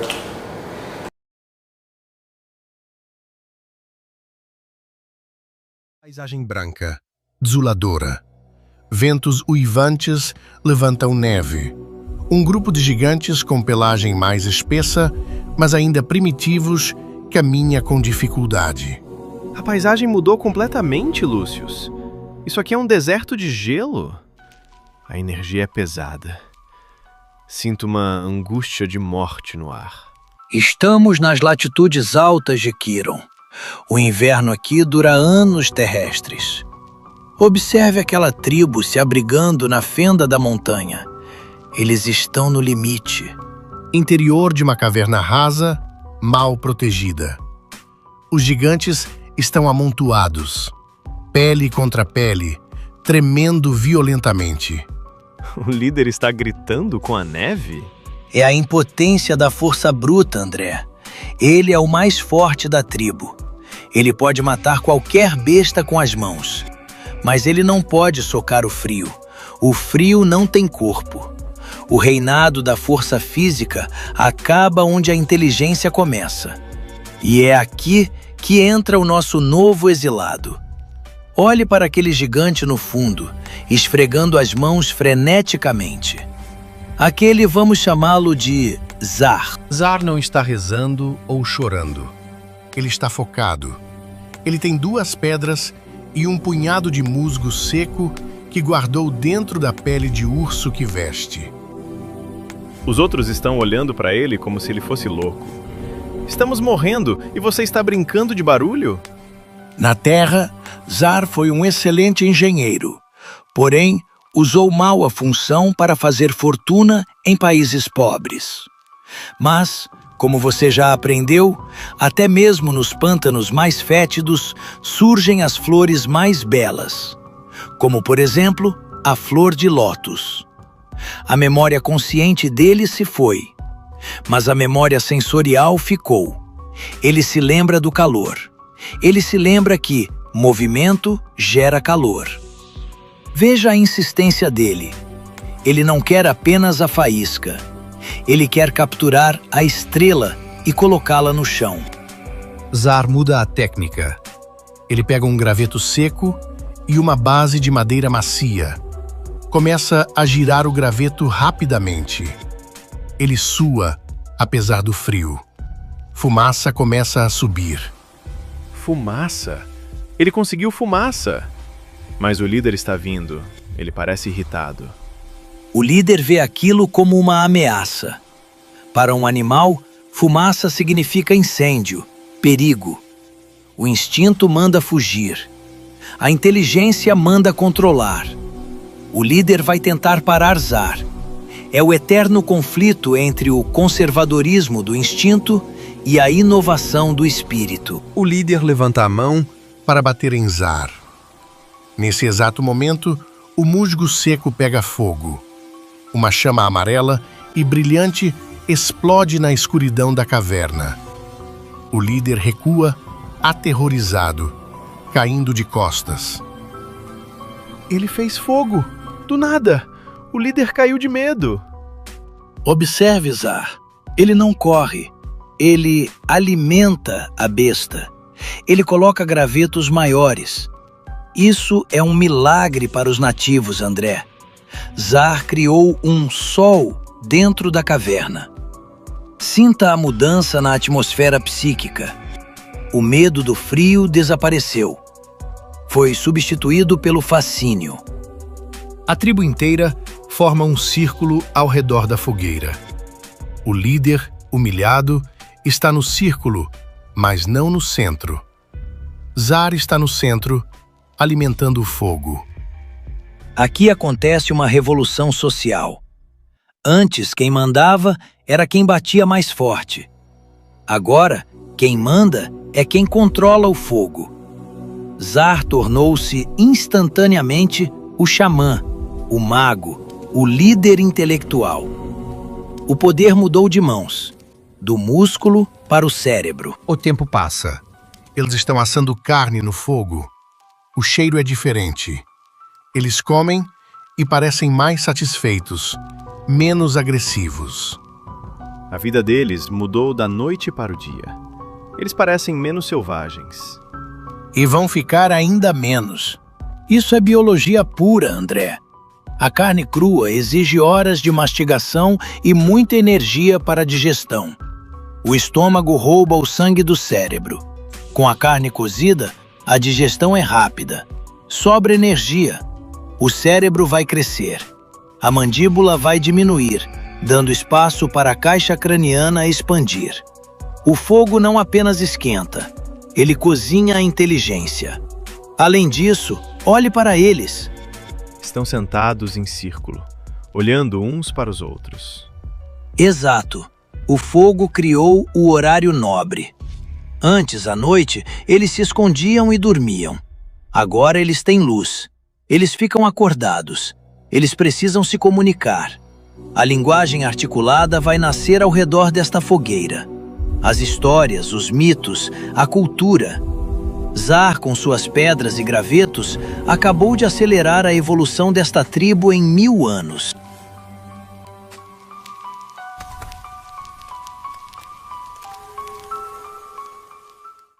Vocês observaram que ele fez o fogo, né? Mas já existiu o fogo antes. Só que, como é que funcionava? Quando tinha uma tempestade e caía um raio, tinha o fogo. Aí eles iam lá, coletavam um fogo, e existia na tribo um que era o guardião do fogo. Ele carregava sempre uma chama acesa, conforme eles migravam, porque eles não tinham controle do fogo. Precisava ter uma tempestade, que caísse o raio em algum lugar e fizesse. Então, eles já conheciam o fogo, mas eles não tinham controle sobre o fogo. Essa era a diferença. Então, vocês viram como um exilado adiantou a evolução em 1000 anos do planeta, não só dessa tribo. Vocês vão ver mais adiante que esse conhecimento vai ser transmitido e isso vai ajudar na evolução em 1000 anos. Então, ele vai encurtar o período da transição que esse planeta vai precisar ficar em planeta primitivo em pelo menos 1000 anos. Porque demoraria 1000 anos na evolução normal do planeta para que eles tivessem conhecimento de como produzir fogo. Então, para ver como a providência divina é perfeita em tudo. Mesmo colocando espíritos em prova em outros locais, né, espíritos rebeldes, eles ajudam na evolução de outro orbe. Olha, interessante, né, que é uma prisão, né, para eles, né, uma prisão no corpo físico. Sim, sim. Ficou limitado, né, ficou ficou limitada intelectualmente, né, de todas as formas, e ainda num planeta primitivo. O subconsciente dele tem o conhecimento, mas está abafado, mesmo porque aquele cérebro primitivo não tem condições de desenvolver o conhecimento rapidamente. Nem que quisesse o espírito desenvolver, o físico não permitiria. Não. É por isso que vai ser moldado o corpo conforme a evolução. Isso é que nem na nossa sociedade hoje. Quando existe algum delinquente que comete um crime que é julgado pela sociedade que ele não pode ficar, né, em liberdade, o que ele coloca? Ele é colocado num lugar onde, teoricamente, ele possa se reabilitar. É a mesma coisa. Ele está num local onde ele vai poder se reabilitar. E se a gente prestar atenção na história recente aqui, eu digo nos últimos 1000 e poucos anos, teve gente que foi morta porque veio com ideias inovadoras, né? Sim, com certeza. Ainda verdadeiras, mas ameaçavam quem estava no poder. Com certeza. Não foi um nem dois. Não, principalmente físicos, astrônomos. Então, a igreja, principalmente, lapidou muito essas pessoas, né? Galileu Galilei foi um exemplo, que ele só renunciou tudo para não ser queimado na fogueira. O próximo capítulo vai mostrar como isso pode acontecer, né? Sim.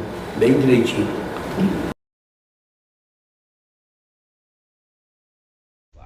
A tribo de Kael caminhando na neve. Estão magros, vestem peles rasgadas.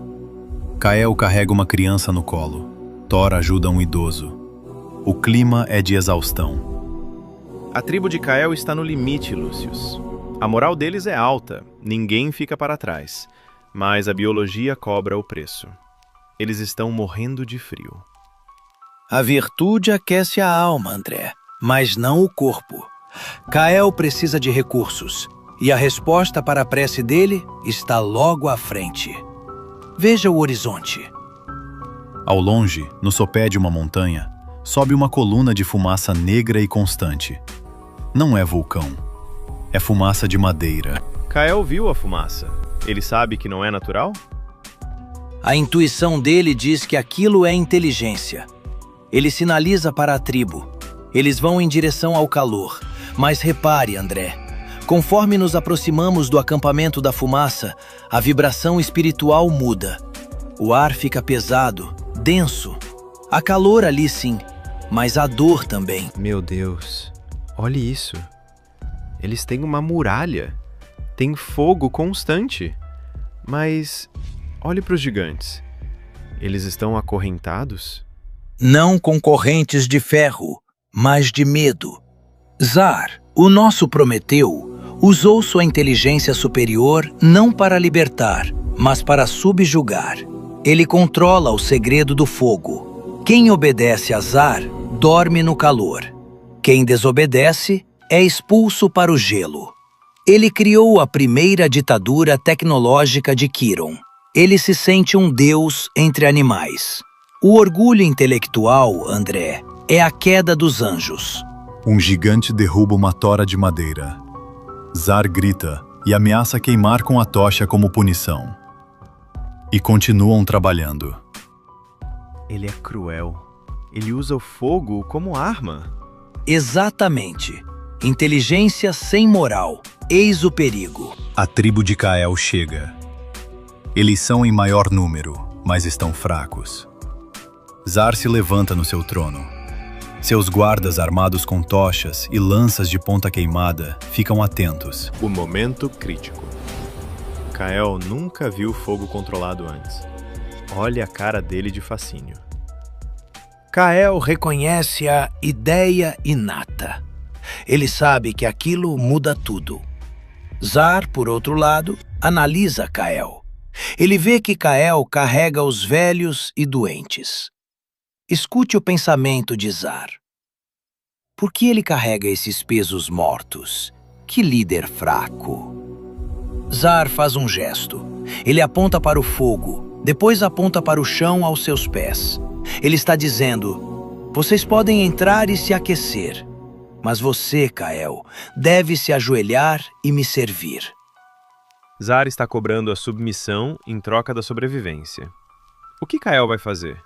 A tribo dele está congelando. É o teste da integridade. Se Kael se ajoelhar, ele salva o corpo da tribo, mas mata o espírito da liberdade que ele cultivou. Ele condenaria sua família à escravidão de Zar. Olhe para Kael. Ele olha para o fogo, desejo. Ele olha para o escravo queimado no canto por Zar que foi punido. Repulsa. Kael ergue a cabeça. Ele nega com um gesto firme.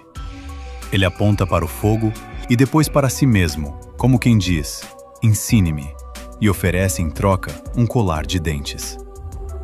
Kael propôs cooperação, troca de saberes, mas para o tirano a igualdade é um insulto. Zar não quer parceiros, quer súditos.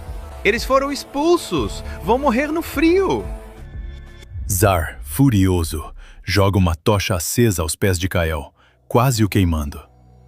Os guardas de Zar gritam e avançam. Kael recua, protegendo os seus.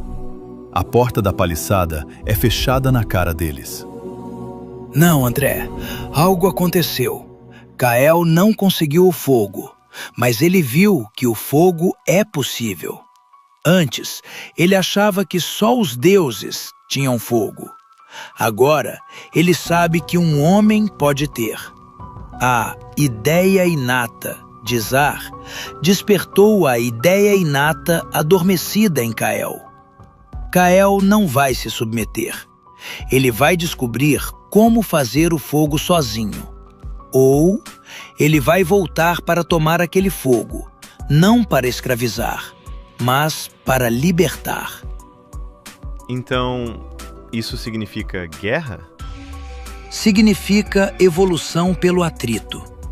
Kael tem a ética, Zar tem a tecnologia. Eles não podem viver separados por muito tempo. O destino de Kiron depende de quem vencerá, a bondade armada ou a maldade inteligente. Hoje à noite, Kael não dormirá. Ele ficará batendo pedras até sair uma faísca. A inveja, no bom sentido de emulação, vai acelerar o progresso dele.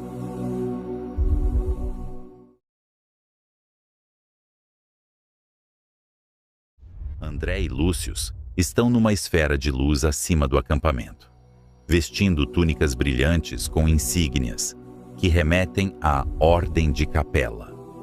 A postura deles é de autoridade. A vibração de ódio aqui embaixo é tóxica, Lúcius. Zar vai atacar ao amanhecer. Ele não quer apenas escravos, ele quer destruir Kael para provar que a bondade é fraqueza. Se houver esse massacre, o trauma ficará gravado no perispírito dessa raça por séculos. A evolução de Kiron vai estagnar. O livre-arbítrio existe, André. Mas na infância da humanidade, a proteção também deve existir. Nós não fomos enviados aqui pelo governador espiritual apenas para anotar a história. Nós somos os jardineiros. Se a erva daninha cresce demais e sufoca a flor, nós podamos. Você está sugerindo uma intervenção direta? Isso é permitido? A violência física não, mas a inspiração sim. Lembre-se de quem nós somos, meu amigo. Você não é apenas um observador. Você foi um dos estrategistas da paz na Terra Antiga. E eu tenho a permissão para tocar a consciência desses líderes. Hoje à noite, nós não assistiremos. Nós trabalharemos. Você vai até Kael. Dê a ele a estratégia da defesa sem sangue. Eu vou até Zar. Eu serei o pesadelo da consciência dele. Interior da caverna improvisada de Kael. Ele dorme inquieto. André, em sua forma luminosa, coloca a mão na testa de Kael. Enquanto o corpo dorme, o espírito se emancipa. André leva o espírito de Kael para um plano mental superior. Lá, ele não ensina como fazer espadas. Ele mostra imagens de alavancas, de barreiras, de ilusão. Ele ensina que a melhor vitória é aquela em que o inimigo desiste antes de lutar. Kael acorda no meio da noite, suando, mas com os olhos brilhando. Ele corre para acordar Thor. Ele começa a desenhar na neve. Ele teve uma ideia. A tenda de Zar. Ele dorme cercado de peles. Lúcius, em forma austera, luz branca intensa, está de pé, ao lado da cama. Zar se debate, tendo um pesadelo. Enquanto isso, você, Lúcius, foi visitar o tirano. O que você mostrou a ele? Eu não mostrei o inferno. Eu mostrei a solidão. Fiz Zar sentir, por um breve segundo, a dor de todos que ele oprimiu. O fenômeno do choque de retorno. Ele sonhou que estava no topo do mundo, dono de todo o fogo, mas que ninguém conseguia vê-lo ou ouvi-lo. Ele era um rei do nada. O medo metafísico é a única coisa que freia o orgulho de um primitivo. Amanhecer gelado. O exército de Zar, cerca de 20 gigantes armados com clavas e tochas, marcha em direção ao acampamento de Kael.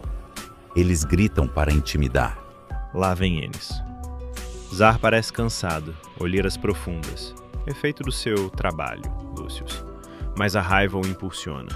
Eles esperam encontrar a tribo de Kael encolhida de medo. Mas Kael ouviu a inspiração. Observe o terreno. Quando os guerreiros de Zar correm para atacar, o chão cede. Kael e Thor cavaram trincheiras na neve durante a noite e cobriram com neve fofa. A linha de frente de Zar cai nos buracos, profundos o suficiente para prender, não para matar. A primeira linha foi neutralizada sem um único golpe. Agora eles tentam dar a volta, mas Kael preparou a muralha de som. Kael e sua tribo surgem de trás das rochas. Eles não têm armas.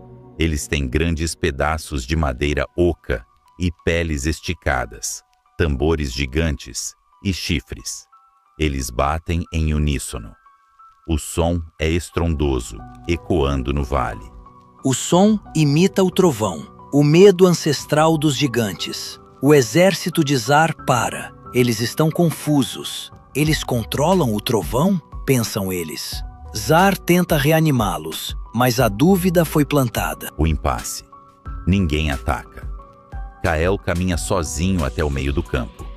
Ele não carrega uma arma. Ele carrega uma bolsa de ervas e um recipiente de barro. Isso é suicídio. Zar pode queimá-lo agora. Zar poderia. Mas o sonho da noite passada ainda ecoa na mente dele. A mão dele treme. Kael faz o movimento final.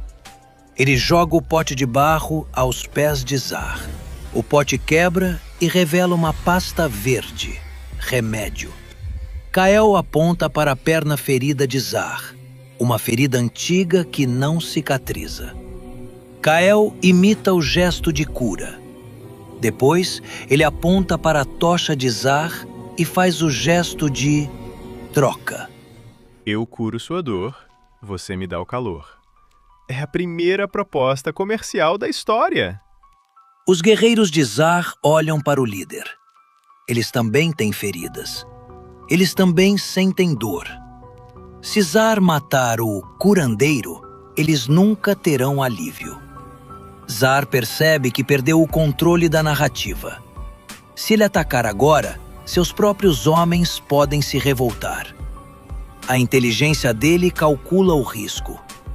O pesadelo da solidão volta à mente dele. Zar, relutante, entrega a tocha. Kael pega com cuidado.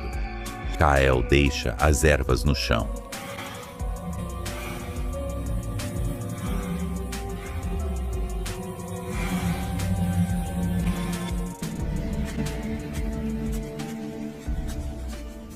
Uma coisa totalmente primitiva mesmo, né? Uma coisa assim que é o descobrimento, né? Sim. Das coisas que, claro, a gente hoje, a nossa evolução é uma coisa absurda, mas é o primeiro impacto, né? Sim. Mas se repete só em outro nível, né? Porque se tu pensar, se repete isso só que num outro nível. Porque hoje tu troca, sei lá, a tecnologia de determinado país com o poder de fogo de outro país, né? Tu continua com a mesma relação, sobe no outro nível. Bilhões em arsenais e gente morrendo de fome. Isso aí. Ontem ainda estava lendo sobre o príncipe herdeiro da Arábia Saudita. Eles gastaram, pararam agora em 24, um projeto que eles gastaram mais de 50 bilhões de dólares, entendeu? Porque deu vontade nele fazer e tirou recurso. Presta atenção o que é esse valor mesmo, porque a gente não consiga dimensionar. Isso tira a fome de alguns bilhões de pessoas. 50 bilhões de dólares, está lá enterrado no deserto dele. E se tu prestar atenção nisso aqui, fazer uma analogia com o nosso dia a dia, resguardadas as proporções, isso é uma constante. Entendeu? A gente está cheio de tecnologia, mas moral, as pessoas se recusam ou simplesmente não têm noção da importância de dar um sorriso e cumprimentar uma pessoa que está trabalhando. Ontem me chamou a atenção, eu faço exercício aqui numa academia aqui perto, e trocou a senhora que faz faxina aqui no meu hotel, comentei com a esposa. Eu dei bom dia, eu não estou falando com vocês aqui, bom dia, tá, assim, quase incentivando um sorriso, né? Aí ela olhou para mim assim, que coisa boa, receber um bom dia. Estava cheio de gente na academia, estava chegando, era quase 9 horas. Ela disse, ninguém dá bom dia pra gente, sabe? E é nos detalhes. São invisíveis. Entendeu? E isso vale para nós aqui, a gente está praticando, porque conhecimento médio todo mundo tem. Nenhum de nós está no mesmo nível de informação e evolução do outro. Até porque nossas experiências são distintas.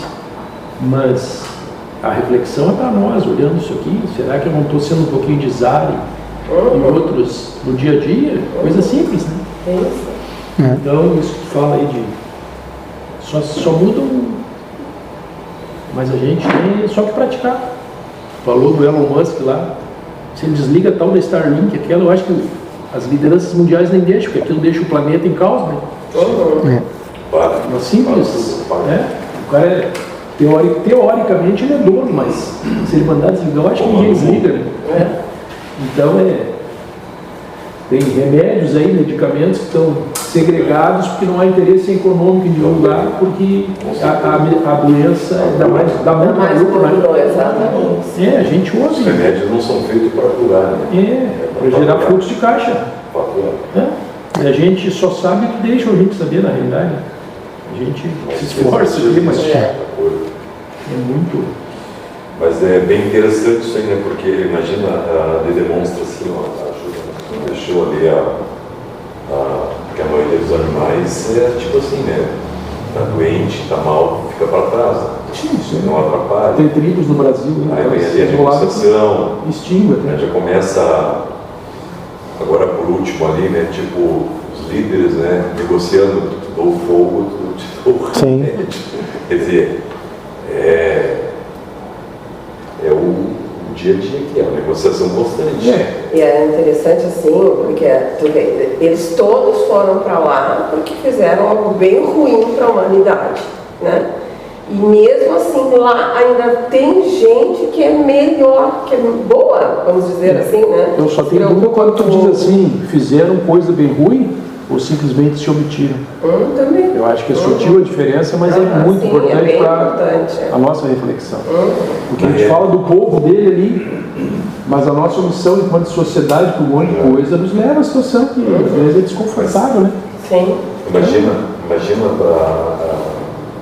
depois de viver num mundo moderno e tudo. Não, se tu tiver ali com a memória daqui. Voltar, né?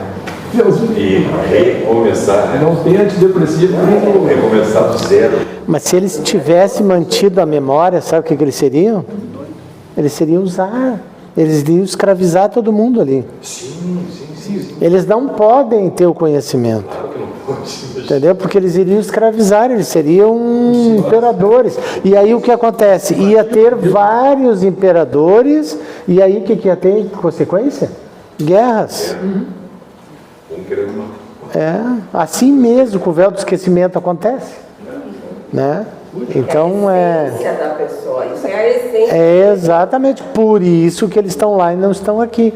Mas eles estão ajudando o planeta, porque nós vamos ver na evolução do próximo encontro que esse já não é mais um planeta primitivo iniciando a sua evolução. Ele já está se encaminhando para um planeta primitivo, certo? Que vai evoluir a expiação e provas. Todo mundo sabe os níveis planetários que existem, que a espiritualidade nos trouxe? Planeta primitivo é o primeiro, expiação e provas onde nós nos encontramos, planeta regenerador é o intermediário, é onde esperamos que nas próximas encarnações tenhamos autorização para lá e reencarnar.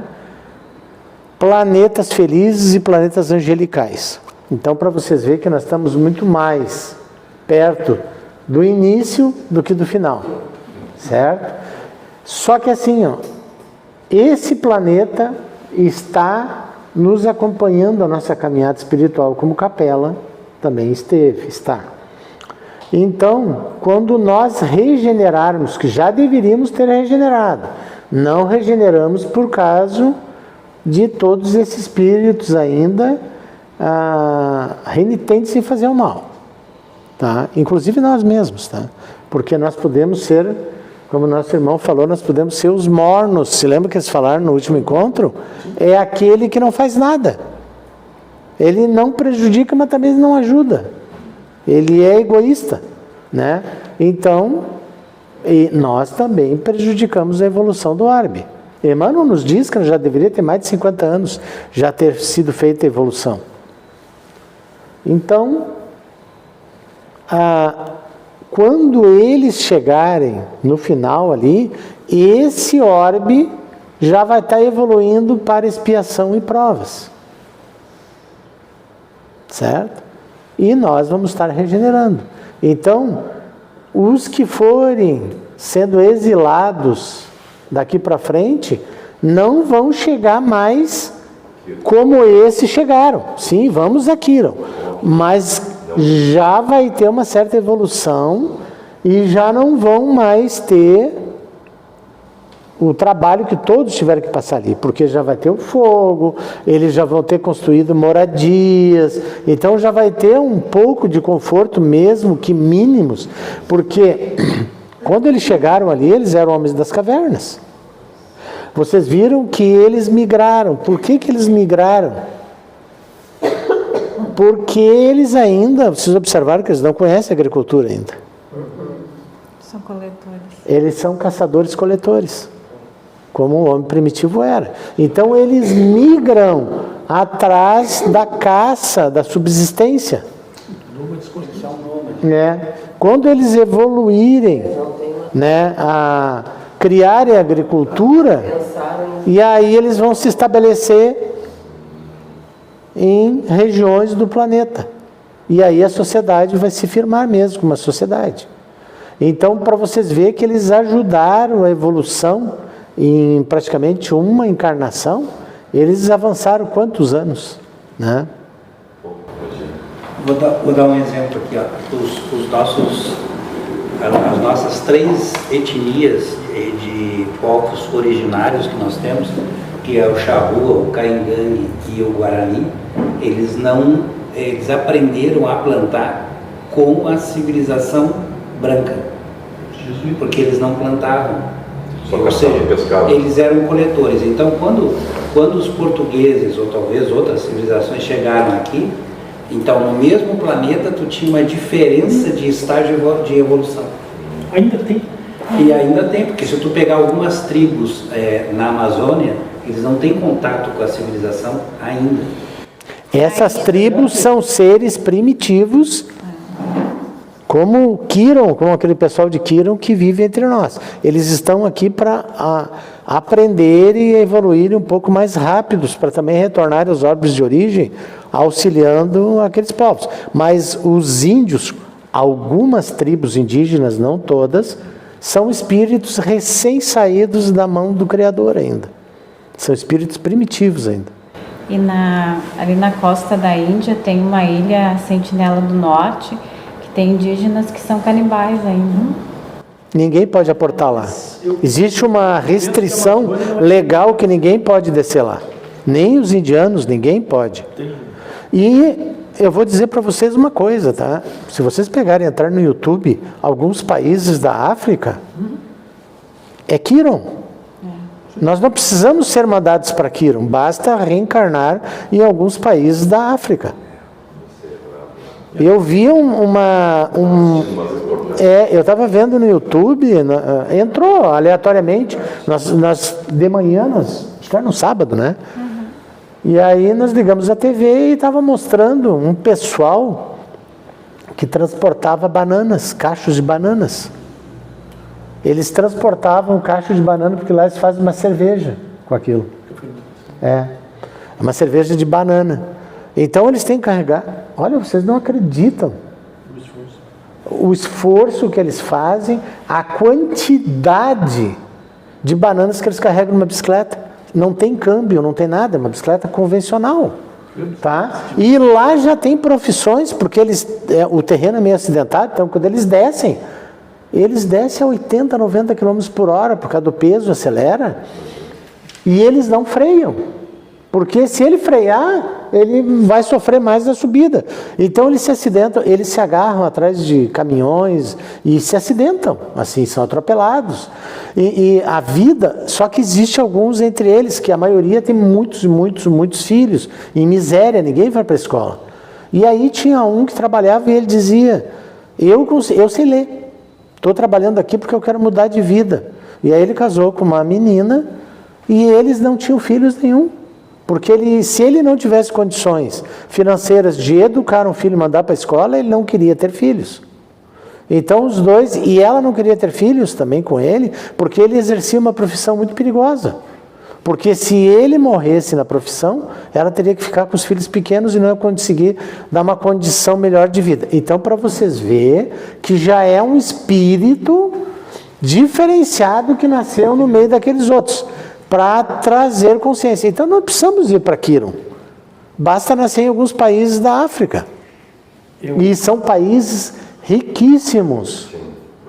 Riquíssimos. O subsolo tem muita riqueza. Mas as tribos ainda... eu acho que nem precisa ser do Brasil, na real. Se não dá com atenção. Também. Aqui acontece isso muito. No Nordeste, principalmente.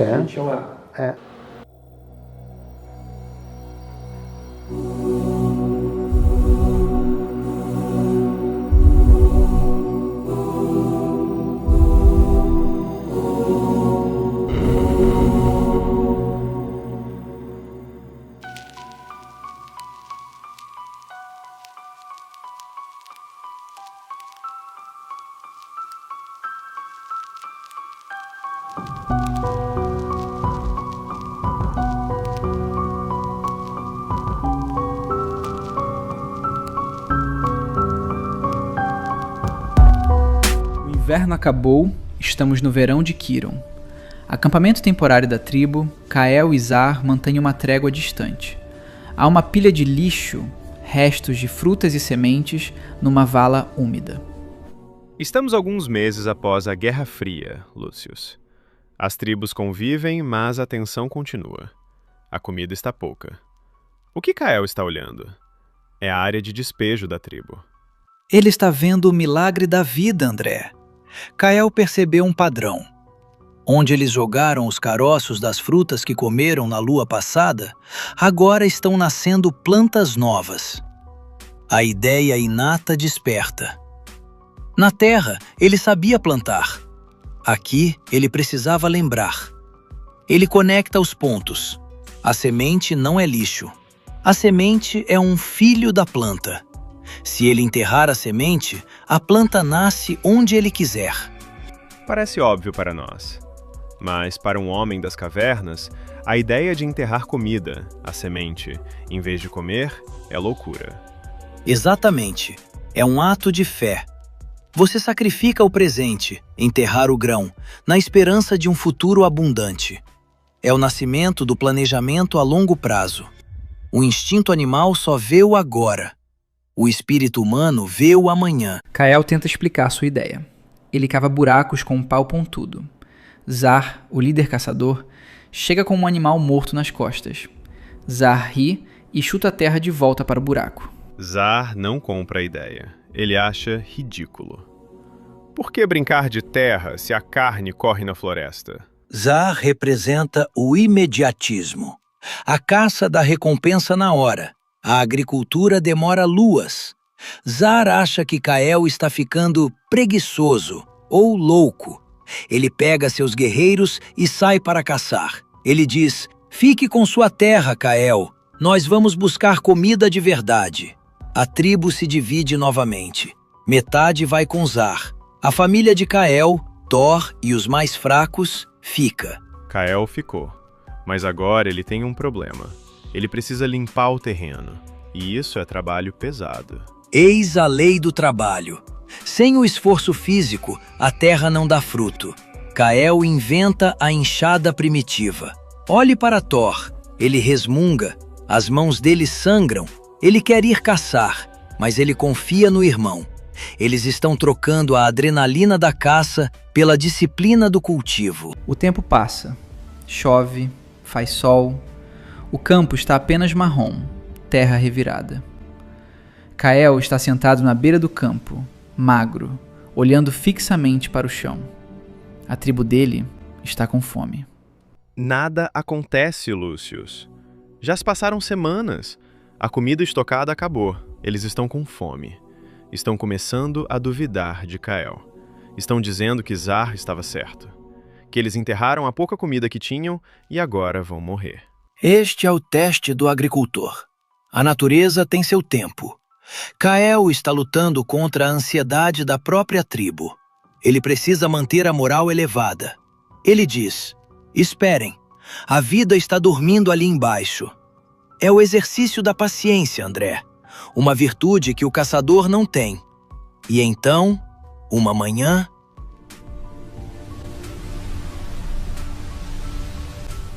A terra se quebra. Um pequeno broto verde em forma de espiral sai do solo. Nasceu! Não só um. Olha o campo. Milhares de pontos verdes. A alegria da tribo. Eles pulam, eles tocam as plantas, eles entendem. Kael não estava louco. Ele é um mago da terra. Meses depois. O campo está alto, cheio de grãos alienígenas. Kael e a tribo colhem cestos e mais cestos. Há tanta comida que sobra. A abundância é inacreditável. Eles têm mais comida do que conseguem comer. Eles estocam em potes. E olha quem está voltando. O grupo de Zar retorna da floresta. Eles estão magros, feridos, sujos. A caça foi ruim. Eles olham para o acampamento de Kael e veem as pilhas de comida. O caçador volta humilhado pela instabilidade da natureza. O agricultor prospera pela estabilidade do trabalho. Zar não tem escolha. Ele não pode tomar a força. Kael agora é forte, bem alimentado. Zar tem que pedir. Kael vai negar? Vai se vingar? Não. Kael já superou isso. Kael oferece o cesto, mas com uma condição implícita. Se quiser comer, terá que ajudar a plantar na próxima estação. Zar aceita. Ao comer, ao preparar aqueles grãos para a tribo, o nomadismo vai morrer. Zar sabe que nunca mais vai precisar andar 100 quilômetros para achar comida. Aí está a explicação. E eles decidirão ficar.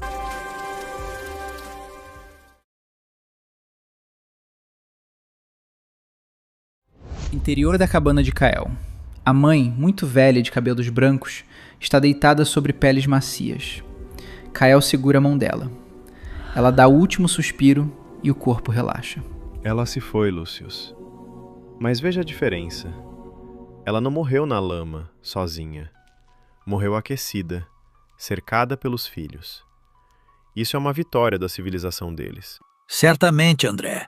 A morte digna é um direito conquistado. Mas agora começa o problema cultural. Veja quem está à porta da barraca. Zar entra na cabana. Ele olha para o corpo, depois olha para Kael. Ele faz um gesto brusco apontando para a floresta, Ravina, longe da aldeia. Zar quer jogar o corpo no descarte? Como se fosse lixo? Para Zar, a mãe não está mais ali. Aquilo é apenas carne estragando. O instinto dele diz: afaste isso da aldeia para não atrair predadores e doenças. É lógico, é higiênico, é animal. Zar oferece 2 guerreiros para arrastar o corpo para o precipício. Kael se levanta. Ele coloca a mão no peito de Zar e o empurra levemente para fora. Ele nega com a cabeça. Ele diz uma palavra nova, gutural, que significa dormir. Kael está dizendo que ela está apenas dormindo? Não. Ele sabe que ela morreu, mas ele sente que o corpo que a abrigou é sagrado. Foi esse corpo que o gestou. Kael tem uma ideia diferente.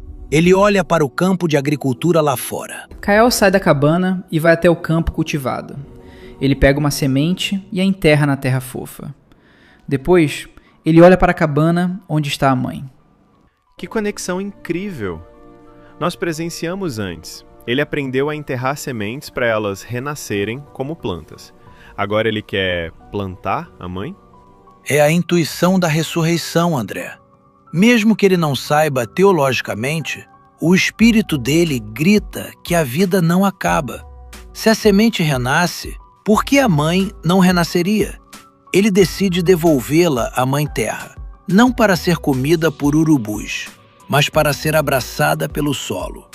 Kael pega a enxada, mas desta vez ele não cava para plantar o milho de Kiron. Ele cava uma cova profunda, num local alto, debaixo de uma árvore bonita. Kael e Thor começam a fazer a cova.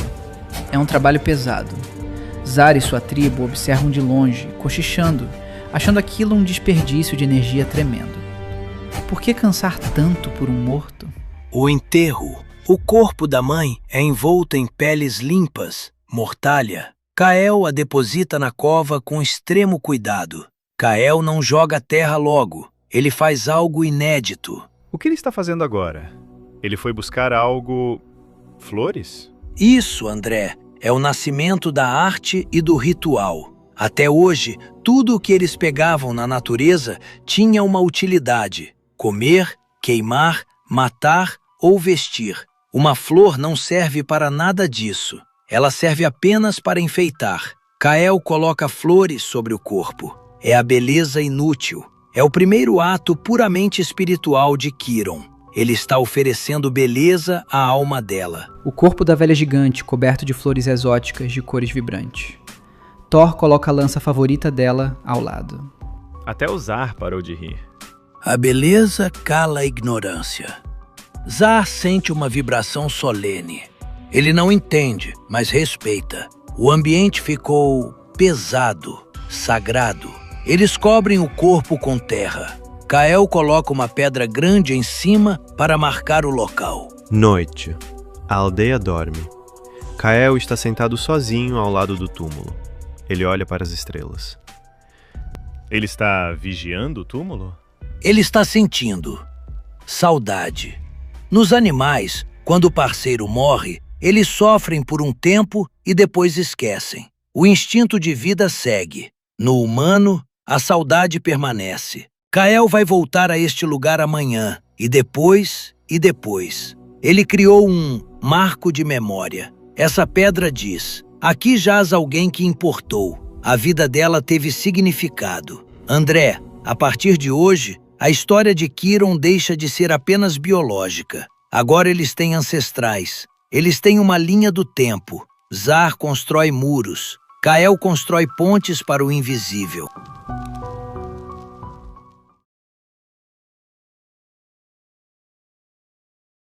Thor está sentado ao lado da pedra do túmulo da mãe.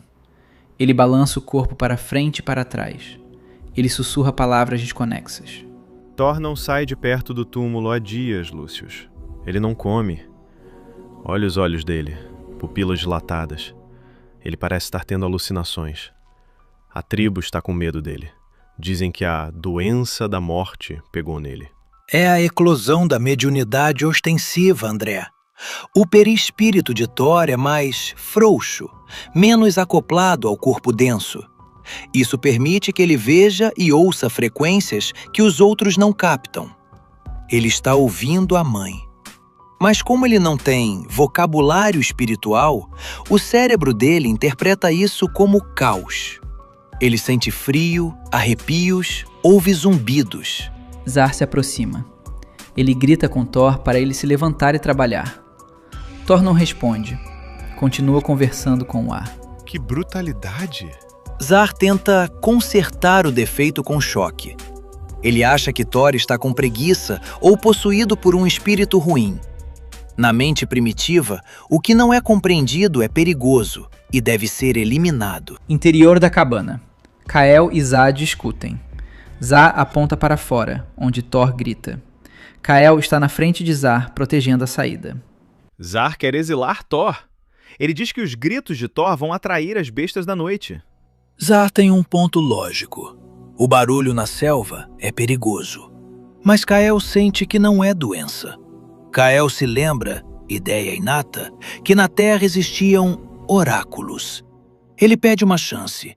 Ele diz: deixe-me cuidar dele esta noite. Se ele não se calar, eu mesmo o levarei para longe. É uma aposta arriscada. Noite profunda. Kael leva Thor para perto da fogueira central. Ele dá um chá de ervas, calmante, e começa a bater um tambor num ritmo lento e monótono. Indução de transe controlado. Kael está fazendo a primeira sessão mediúnica de Quiron. Ele está organizando a vibração. O tambor ajuda o cérebro de Thor a focar numa onda cerebral específica, teta. Kael diz mentalmente: mãe, se é você, fale devagar. Não assuste o menino. Thor para de tremer. A postura dele muda. Ele se endireita. O rosto dele, antes infantil, assume uma expressão séria e maternal. Ele abre os olhos e a cor parece diferente. Meu Deus, a expressão dele é a cara da mãe. É um fenômeno de transfiguração? Leve, mas sim. A entidade, mãe, acoplou no sistema nervoso dele. Thor abre a boca, mas a voz não é de choro. É um sussurro rouco e urgente. Ele diz apenas uma palavra: vento, fogo, corram. Vento e fogo? O que isso significa? Zar está rindo. Ele acha que é bobagem. O céu está limpo. Não há tempestade. Espere, André. A mãe desencarnada tem uma visão panorâmica. Ela vê o que está atrás da montanha. Kael confia. Ele sente a energia da mãe. Kael grita para a tribo: preparem a água! Protejam a paliçada do norte! Zar hesita, mas vê a convicção de Kael e decide obedecer, resmungando. Minutos depois. O céu ao norte fica laranja. Não é o sol. É um incêndio florestal trazido pelo vento súbito. As chamas avançam rápido em direção à aldeia de madeira. O incêndio florestal? A mãe avisou antes de o cheiro de fumaça chegar. Se não tivessem preparado a água e molhado a paliçada como Kael mandou, a aldeia já estaria perdida. A tribo trabalha unida. Kael e Zar comandam a linha de defesa, jogando terra e água na faixa de segurança. O fogo lambe os muros, mas não entra. O vento muda. Eles se salvam por pouco. Eles sobreviveram porque tiveram 10 minutos de vantagem. Os 10 minutos que a mediunidade de Thor lhes deu. Olhe para Zar agora. Ele olha para o fogo extinto e depois olha para Thor, que desmaiou de exaustão nos braços de Kael. Amanhecer cinzento e fumegante. Thor acorda. Zar se aproxima dele. Desta vez, Zar não traz um balde de água. Ele traz um pedaço da melhor carne, oferenda. Ele coloca aos pés de Thor e recua com cabeça baixa. Zar acaba de validar a mediunidade. Ele entendeu.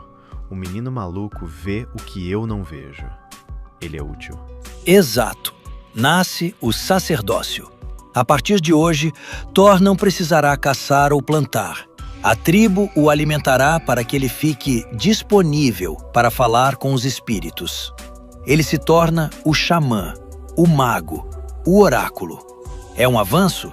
Sim, mas também um perigo, porque agora a tribo vai querer consultar os espíritos para tudo. Vai chover? Onde tem caça? Quem roubou meu pote? Eles vão transformar a mediunidade, coisa santa, em adivinhação, coisa profana. E Kael terá a difícil missão de educar a mediunidade do irmão, para que não se torne comércio.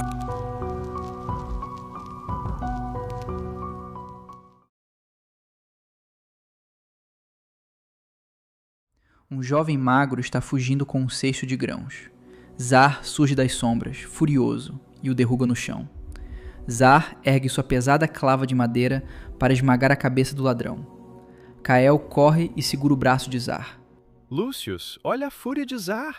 Ele vai matar o garoto por causa de um cesto de comida. Para Zar não é apenas comida, André. É o trabalho dele. Na lei do mais forte, quem ameaça a sua sobrevivência deve ser eliminado. A punição animal não tem medida. Ela é absoluta. Kael empurra Zar. Zar grita, aponta para o garoto e para os grãos no chão. Ele bate no próprio peito. Kael tenta acalmá-lo com gestos, mas Zar não aceita. A tribo começa a se reunir, murmurando, dividida. O clima é de guerra civil iminente. Eles estão no impasse. Grunhidos e gestos não estão resolvendo. Zar quer vingança. Kael quer poupar a vida do garoto. Mas como Kael vai explicar o conceito de punição proporcional sem palavras? Ele não pode. A mímica só serve para o mundo físico. Caçar, comer, fogo. Para resolver um dilema moral, o cérebro precisa de abstração. Ele precisa de símbolos vocais. É a dor do conflito que vai forçar a garganta de Kael a articular o primeiro som com significado complexo. Observe. É agora. Kael está frustrado, suando. Ele olha para Zar, depois para o grão, depois para o ladrão. O cérebro dele, o corpo espiritual lutando com a biologia primitiva, faz um esforço colossal. A ideia inata da linguagem, gravada no espírito de Kael desde a Terra, empurra as cordas vocais do gigante. Kael bate no próprio peito e emite um som claro, diferente de um rugido. Ka! Ele aponta para Zar e diz: Zar! O silêncio cai sobre a tribo. Ninguém nunca usou nomes antes. Kael pega o cesto, coloca nos pés de Zar e diz: Zar! Grão! Depois, ele aponta para o garoto ladrão, cruza os braços em X e grita um som gutural e seco. Não! Ele disse não. A primeira regra moral foi falada: o limite do outro. O não é a fundação da civilização, André. Kael acabou de estabelecer o conceito de propriedade. Ele disse: isso é do Zar. Você não pode pegar. Zar abaixa a clava, confuso. A magia da palavra o paralisou. Mas o ódio dele ainda exige punição. Ele aponta para o ladrão e faz o gesto de quebrar o pescoço. O tempo parece congelar sutilmente. Lúcius, em sua forma espiritual brilhante, desce até o centro da roda. Ele caminha serenamente entre os gigantes enfurecidos que não podem vê-lo. Você desceu até lá, Lúcius. O que você fez? O livre-arbítrio permite isso? Eu não o obriguei a nada, André. Eu apenas iluminei a memória espiritual dele. Se Kael permitir que Zar mate o garoto, a aldeia será governada pelo medo. Se Kael apenas perdoar o garoto, a aldeia será governada pelo caos. Todos vão roubar. Kael precisava de uma terceira via, a reparação. Kael, de repente, arregala os olhos. A luz dourada de Lúcius atinge sua mente. Kael pega a enxada pesada que estava no chão e joga aos pés do jovem ladrão. Kael aponta para o campo de trigo. Zar, grão, você, trabalho. Ele trocou a morte pelo trabalho forçado. O garoto roubou grãos, então ele terá que plantar os grãos de Zar para pagar a dívida. Nasce o direito civil, André. O crime deixou de ser uma ofensa de sangue e passou a ser uma dívida social. Zar pensa por um instante. A inteligência prática dele calcula. Um morto não produz nada. Um garoto trabalhando na terra dele é lucro. Zar solta um grunhido de aprovação e assente. O garoto pega a enxada, tremendo, chorando de alívio por estar vivo. Kael rola uma pedra grande e lisa para o centro da aldeia. Ele pega uma pedra mais dura e começa a riscar a superfície. Thor, o xamã, ajuda. Kael não quer que isso seja esquecido. Ele está desenhando na pedra principal da aldeia. A palavra falada, o vento leva, André. A lei precisa ser fixa, permanente. Ele está criando os primeiros ideogramas. Um desenho de uma mão pegando algo com um X em cima. Não roubar. Um desenho de uma lança cruzada. Não matar. Esta é a constituição de Quiron. Os gigantes passam pela pedra e tocam os símbolos. Eles sabem que agora existe uma regra invisível governando todos eles. É emocionante, mas eu sinto que as coisas vão ficar muito mais complicadas a partir de agora. Com certeza, onde há lei, haverá advogados primitivos, haverá quem tente contornar a lei, haverá julgamentos. Mas eles deram o salto, saíram da lei da selva, onde o forte devora o fraco, para a lei humana, onde o acordo protege o fraco.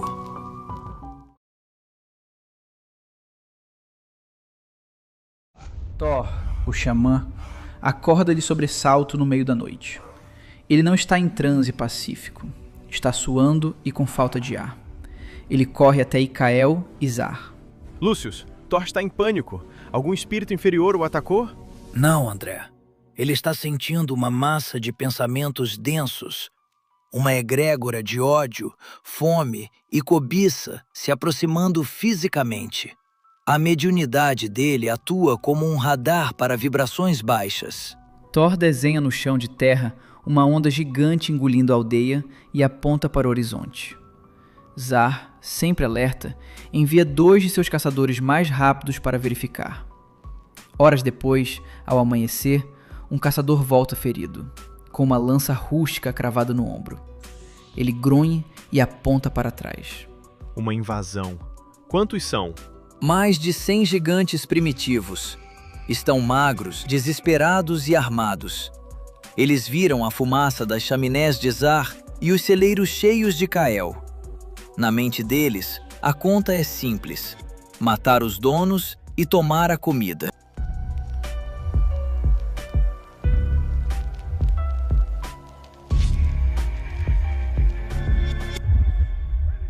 A aldeia em alvoroço.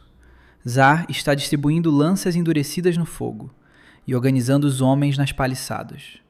Kael, no entanto, está parado diante da pedra da lei, olhando para o símbolo do não matar. Kael está paralisado. Ele acabou de ensinar a tribo que matar é errado. Se ele liderar os homens para a matança agora, ele destrói tudo o que construiu. É o grande teste moral dos exilados, André. Na Terra, eles fizeram a guerra por orgulho e conquista. Aqui, Kael tem nojo da violência. Ele teme contrair um novo karma. Mas a omissão também é um crime. Lucius se aproxima de Kael e intui o seu pensamento. Se Kael não lutar, os invasores vão queimar a plantação e destruir a esperança de Quiron. O livro dos espíritos é claro. A legítima defesa não é assassinato. É a preservação do bem contra a tirania do mal. Zar entende a mecânica da guerra, mas Kael precisa dar a ela um propósito moral. Eles não lutarão para destruir, mas para proteger. Kael aperta o cabo da sua lança. A hesitação some. Ele vira-se para a tribo, bate com a haste da lança no chão e dá um grito de guerra diferente. Não é um grito de raiva, é um grito de união. Zar sorri. Os 2 líderes estão na mesma página. Entardecer. A horda de nômades surge na orla da floresta. Eles uivam como lobos e correm desordenadamente contra a paliçada de madeira da aldeia. Eles atacam sem estratégia, apenas correm como animais em direção à comida. A ignorância é cega. Mas olha a defesa de Zar. Quando a horda tenta escalar os muros, Zar dá a ordem. Os gigantes da aldeia não atiram lanças imediatamente. Eles jogam potes de barro cheios de cinzas quentes e brasas nos olhos dos invasores. O choque tecnológico é brutal. Kael luta no portão principal, que foi arrombado. Ele não tenta matar. Ele usa sua força superior e o cabo da lança para machucar as pernas, desarmar e nocautear. Ele luta como um mestre de artes marciais primitivo contra brutos. Kael neutraliza os inimigos sem os executar. É uma coreografia de compaixão em meio ao caos. Já Zar não perdoa. São os dois lados do ser humano em evolução. A batalha é curta, André. A disciplina, o muro e o fogo de Quiron são insuperáveis para a selvageria desorganizada. Os invasores quebram e começam a fugir.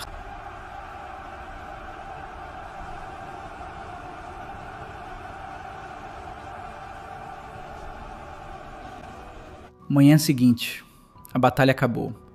Cerca de 30 invasores estão ajoelhados na lama, amarrados e feridos.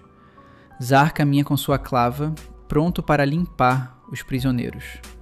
Kael entra no caminho. Zar quer executar os prisioneiros de guerra, e Kael vai impedi-lo novamente. Mas o que eles vão fazer com 30 homens inimigos famintos? Deixá-los ir para voltarem mais tarde? Aí está a genialidade do líder pacífico. O extermínio é o caminho do passado. A integração é o futuro. Kael pega um cesto de grãos e joga na frente do líder invasor ajoelhado. O invasor, faminto, devora o grão cru. Kael usa suas palavras rudimentares. Arma, não. Guerra, não. Trabalho, comida. Soltem as armas. Sem guerra. Trabalhem e terão comida. É o que Kael está dizendo. Kael aponta para os campos de trigo que precisam de braços para serem expandidos. Ele corta as cordas do líder invasor e entrega-lhe uma enxada. Isso é perigoso. Ele está dando aos inimigos ferramentas de trabalho. É um risco calculado. Ao oferecer comida contínua em troca de trabalho submisso, Kael acabou de criar o conceito de assimilação cultural, ou vassalagem. Os nômades olham uns para os outros. O instinto fala mais alto. Para quem não come há semanas, a promessa de pão diário é mais forte que o orgulho de guerreiro. O líder invasor abaixa a cabeça, pega a enxada e chora.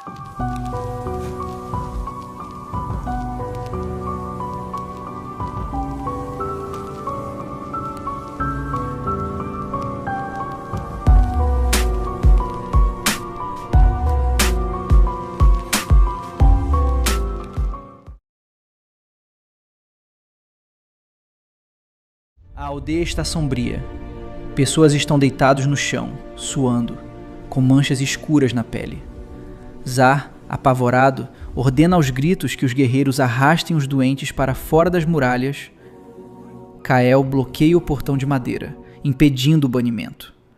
Ele carrega os doentes para uma tenda isolada. Lucius é devastador. Metade da aldeia está no chão. Zar quer banir os doentes para a floresta para salvar os saudáveis. É uma sentença de morte. É a quarentena na sua forma mais animal e egoísta, André. Zar age pelo instinto de preservação, mas Kael, agindo pela moralidade, criou o primeiro leprosário dentro dos muros. Kael está exausto.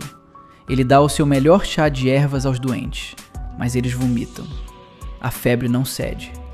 Kael cai de joelhos, frustrados. A sua ciência primitiva chegou ao limite. As ervas que ele usou antes não estão funcionando. O vírus sofreu mutação. Se ele não achar um princípio ativo novo, todos vão morrer. Lucius, o livre-arbítrio permite que eu o ajude? A lei de amor exige que ajudemos, André. A intuição é o idioma secreto do universo. Vá, Guie os olhos dele. Kael vagueia pela floresta escura de Kiron, desesperado, procurando folhas novas. André caminha ao lado dele, intuindo onde ele deve procurar. Kael está prestes a desistir. André aproxima-se. Ele não fala, mas projeta uma onda de pensamento focada. André aponta para a raiz de uma árvore morta. Eu não colhi a planta por ele, apenas iluminei a sua percepção. A espiritualidade não faz o trabalho do homem, apenas aponta o caminho. Kael afasta o musgo e encontra uma raiz diferente, com veias azuis brilhantes. Uma ideia inata acende na sua mente.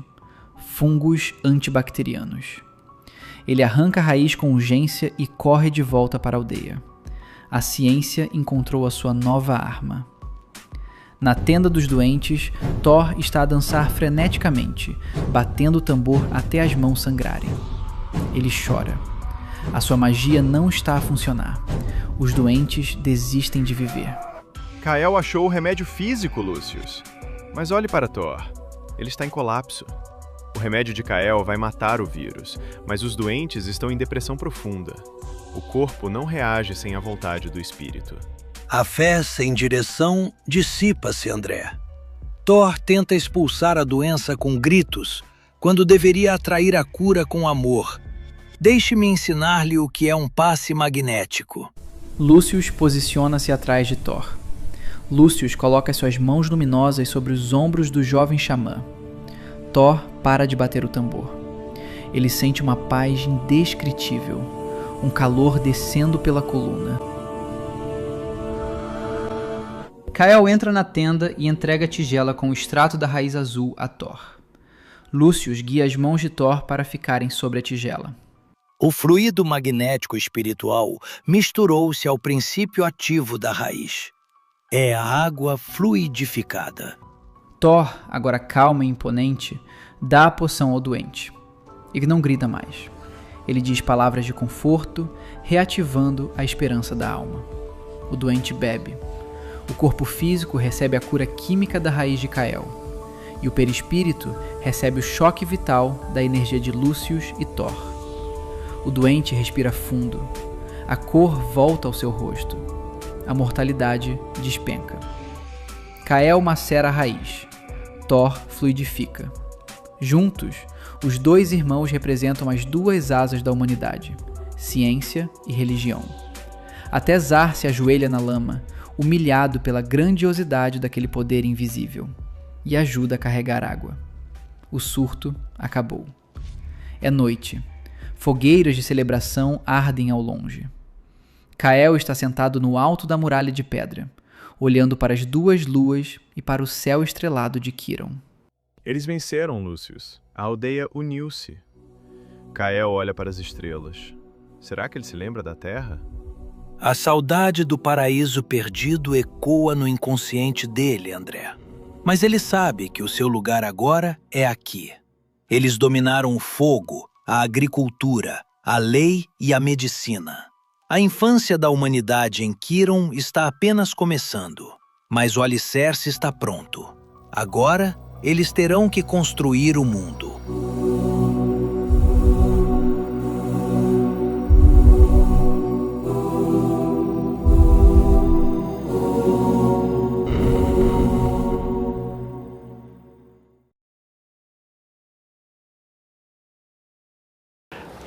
Vocês observaram a questão do sepultamento.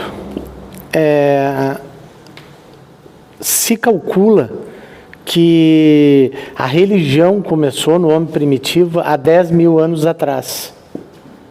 Mas foi encontrada uma caverna na África do Sul há alguns anos e, através de datação de carbono, eles conseguiram ver nas conchas, porque ela ficava perto do mar, que eles eram coletores.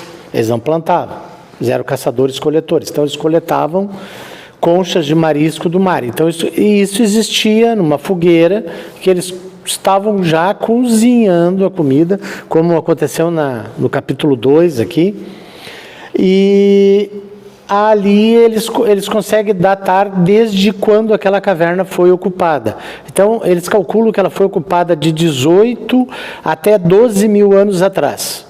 Então, teoricamente, eles não conheciam ainda a religião. A religião começa quando se começa a ter um culto aos mortos, um respeito, que ele sepultou a mãe dele ali, não jogou no precipício.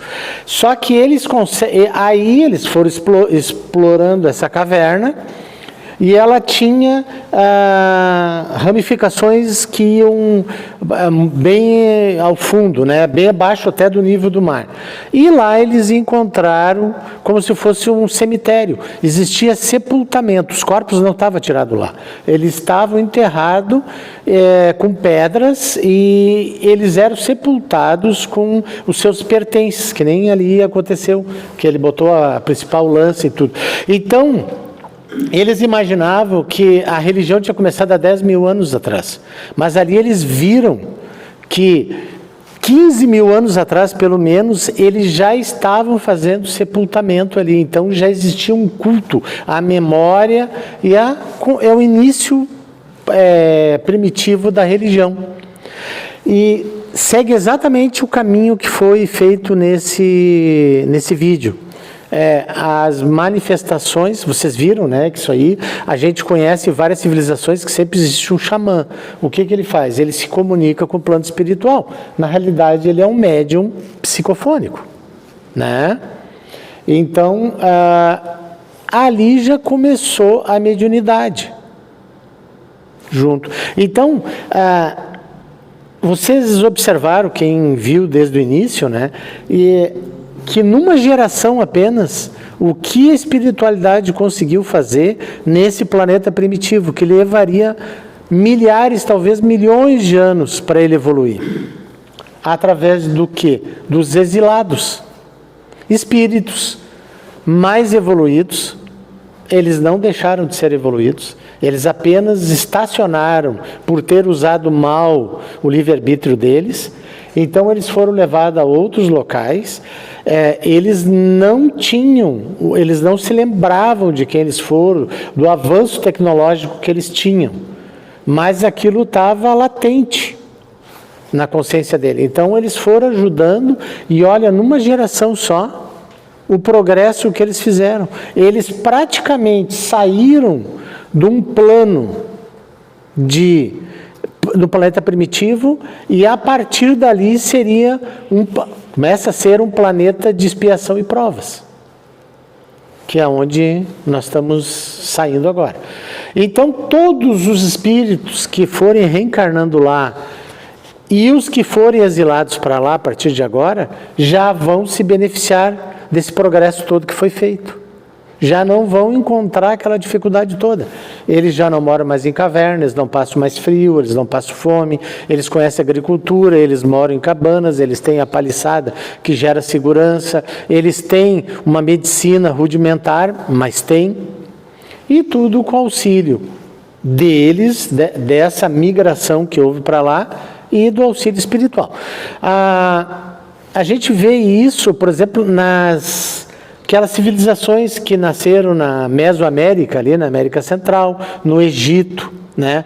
Por exemplo, se sabe hoje que as pirâmides não foram construídas pelas pessoas, que eles dizem, o Quéops, Quéfre e Miquerinos, que é o avô, o pai e o filho, né? Na realidade, elas foram reformadas, porque a efígie tem um desgaste de chuva, e não chove no Egito mais, muito pouco, mas ela sofreu com a erosão. Então, há 10 mil anos atrás, chovia no Egito, ali era uma savana, não era deserto como é hoje. E aonde ela aponta, né, aonde ela está posicionada, ela está apontada por uma constelação, que é o cinturão de Órion, e que era muito adorada por aquele povo. E se fizer a regressão, porque isso eu sempre falo para vocês, a física, ela é uma lei, o quê? Ela é uma lei divina. Quem criou a física? Foi Deus. As pessoas que enunciaram essas leis que hoje a gente conhece aqui, na realidade eles foram descobridores, eles não inventaram. A física existe muito antes da formação do nosso próprio planeta. Então a gente consegue matematicamente saber aonde estava uma constelação numa data X. E aí eles fizeram a regressão para ver onde é que Órion estaria apontando para aquela efígie. E é 10 mil anos atrás. Então as civilizações que construíram aquilo ali já não estavam mais ali. Foram pessoas que vieram e tiveram uma evolução que ajudou muito, e aí os próprios nativos dali continuaram, porque no primeiro capítulo ele fala que essas pessoas que estão exilados, depois de eles fazer o progresso deles lá, auxiliar e reparar os débitos dele, eles retornam para cá. Então, quem é que vai ficar? As civilizações que eram nativas dali, se beneficiando de toda essa evolução que teve espiritual. Você se lembra agora, em 2012, tinha um negócio que estava acabando o calendário? Era Maia, né? Maia, né? Calendário secular. O último cartoon que ia sair ali acabava, e o pessoal dizia que o mundo ia acabar. Você lembra disso tudo? Em 2012. E na realidade era o final de um ciclo deles. Aquelas pessoas conseguiram fazer esse calendário que ele é tão preciso que nem o calendário atômico que nós temos hoje. Mas olha a data daquele calendário. E as pessoas ficavam deitadas à noite olhando ao céu. Da onde veio isso? Aquele povo que não mora mais ali, que aquilo está tudo abandonado, aquelas pirâmides que tem na América Central, aquele povo existe ainda, eles estão dispersos ali por vilas. Mas cadê aquelas pessoas que criaram aquilo tudo, que idealizaram? Os espíritos daquelas pessoas não estão mais aqui, eles voltaram e ficou aqueles ali que... Eles voltaram para, segundo a literatura espírita, para Capela, que eles foram exilados de Capela. Então eles cumpriram o tempo deles aqui e retornaram ao orbe deles. Então aquelas pessoas que são os descendentes deles existem ainda, mas não são as mesmas pessoas. Mas aquilo ali ajudou muito no progresso de toda aquela região, assim como lá no Egito. Tem aquelas questões do Peru também lá, né? A religiosidade, tem tantas coisas no Peru, que as linhas de Nazca, por exemplo, aquilo ali nunca se soube que existia. Tanto é que o Brasil, para criar uma conexão com o Acre, com o Pacífico, fez uma rodovia ali, Trans-Pan-Americana, que cruzou várias linhas de Nazca. E só foi visto em 1920, 1930, que um avião chegou ali, o cara viu que aquilo existiam uns desenhos, porque por terra não se consegue ver. Mas aquelas pessoas não voavam. A questão da transposição da água. Também. Os incas conseguiam levar a água para subindo montanhas.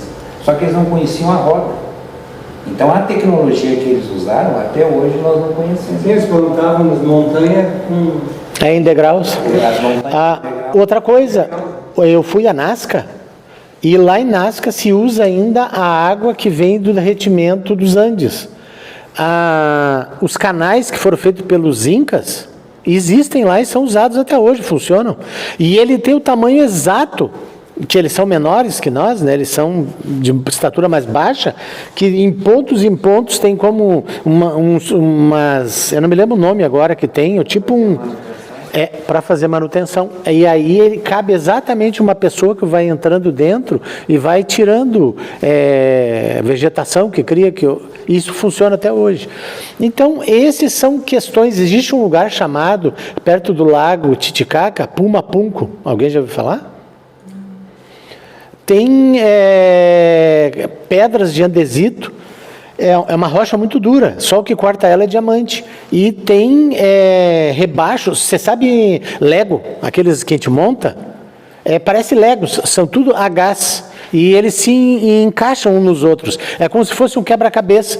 Só que ali tem ângulos retos de 90 graus e pedra perfeitamente esculpida. Ela não tem marca de cisel, de nada. Mesmo porque eles não conheciam. Eles conheciam só pedra.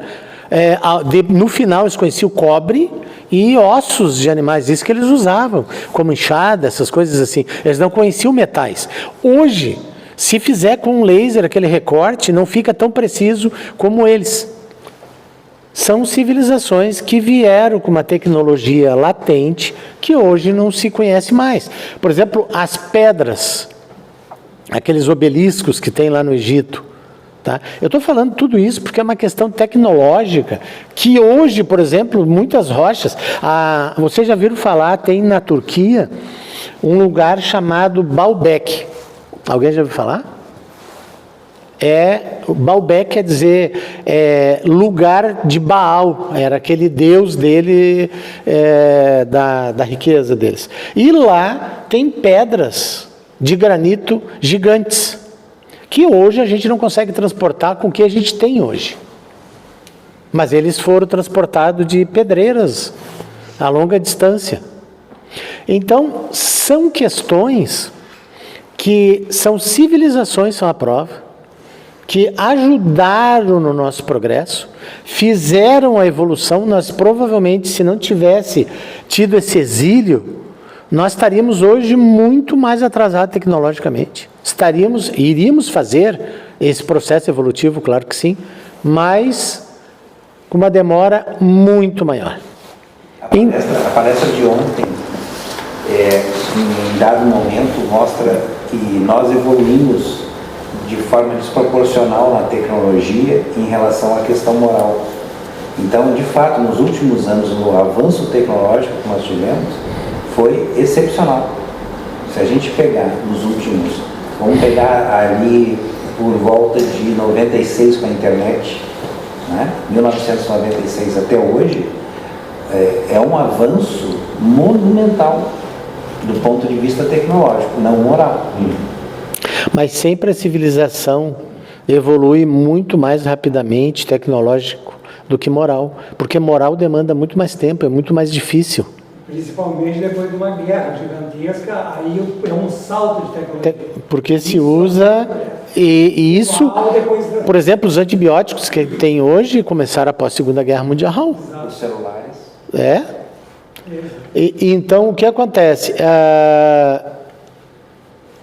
Só para ter uma ideia, os americanos, não sei se todo mundo viu, mas eu vi essa notícia, e eles têm um bloqueio contra o Irã, lá no Estreito de Hormuz. Eles não deixam, os iranianos não deixam os navios passar, e eles não deixam que saia nenhum navio americanos do Irã para lá. Então bloqueia também o combustível deles. É uma maneira de um travar o outro. O que acontece? Como é que eles fazem isso? Então eles têm uns helicópteros de patrulha. E os iranianos derrubaram um helicóptero americano, certo? Eles conseguiram sobreviver, os pilotos avisaram. O socorro veio, sabe como? Um drone naval. Eles foram socorristas por um drone naval, um barco não tripulado, que foi lá e buscou eles, e em 2 horas eles estavam de volta de novo na base deles. Então, para vocês ver a tecnologia, infelizmente, utilizada dessa maneira, mas há uma grande evolução. Uma coisa que eu sempre falo também, essa IA que foi usada aí é uma IA barata, gratuita. Vocês podem ver que não é muito fiel ao texto, tá?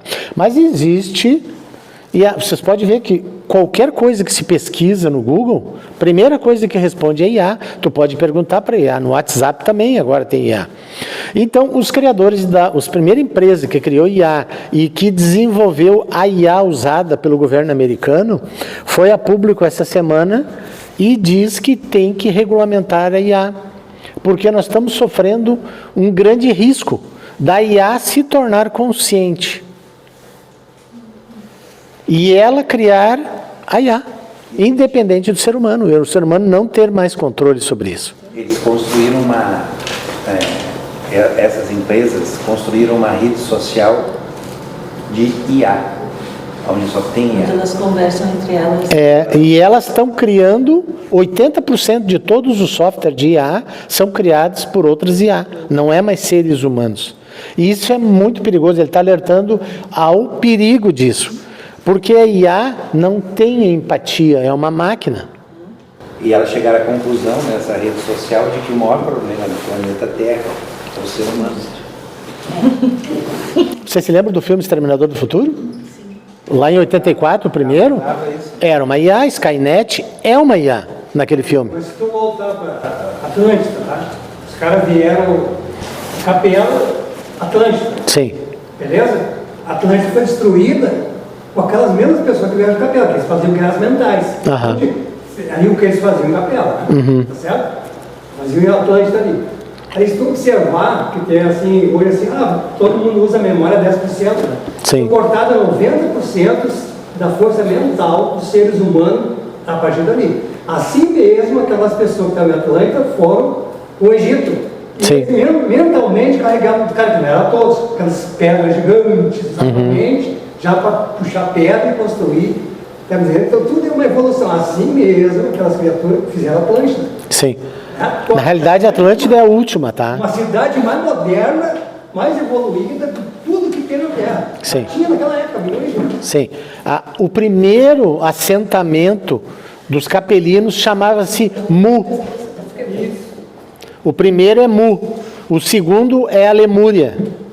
E o terceiro é Atlântida. Ali, ele é dissolvido, né? Houve o cataclisma.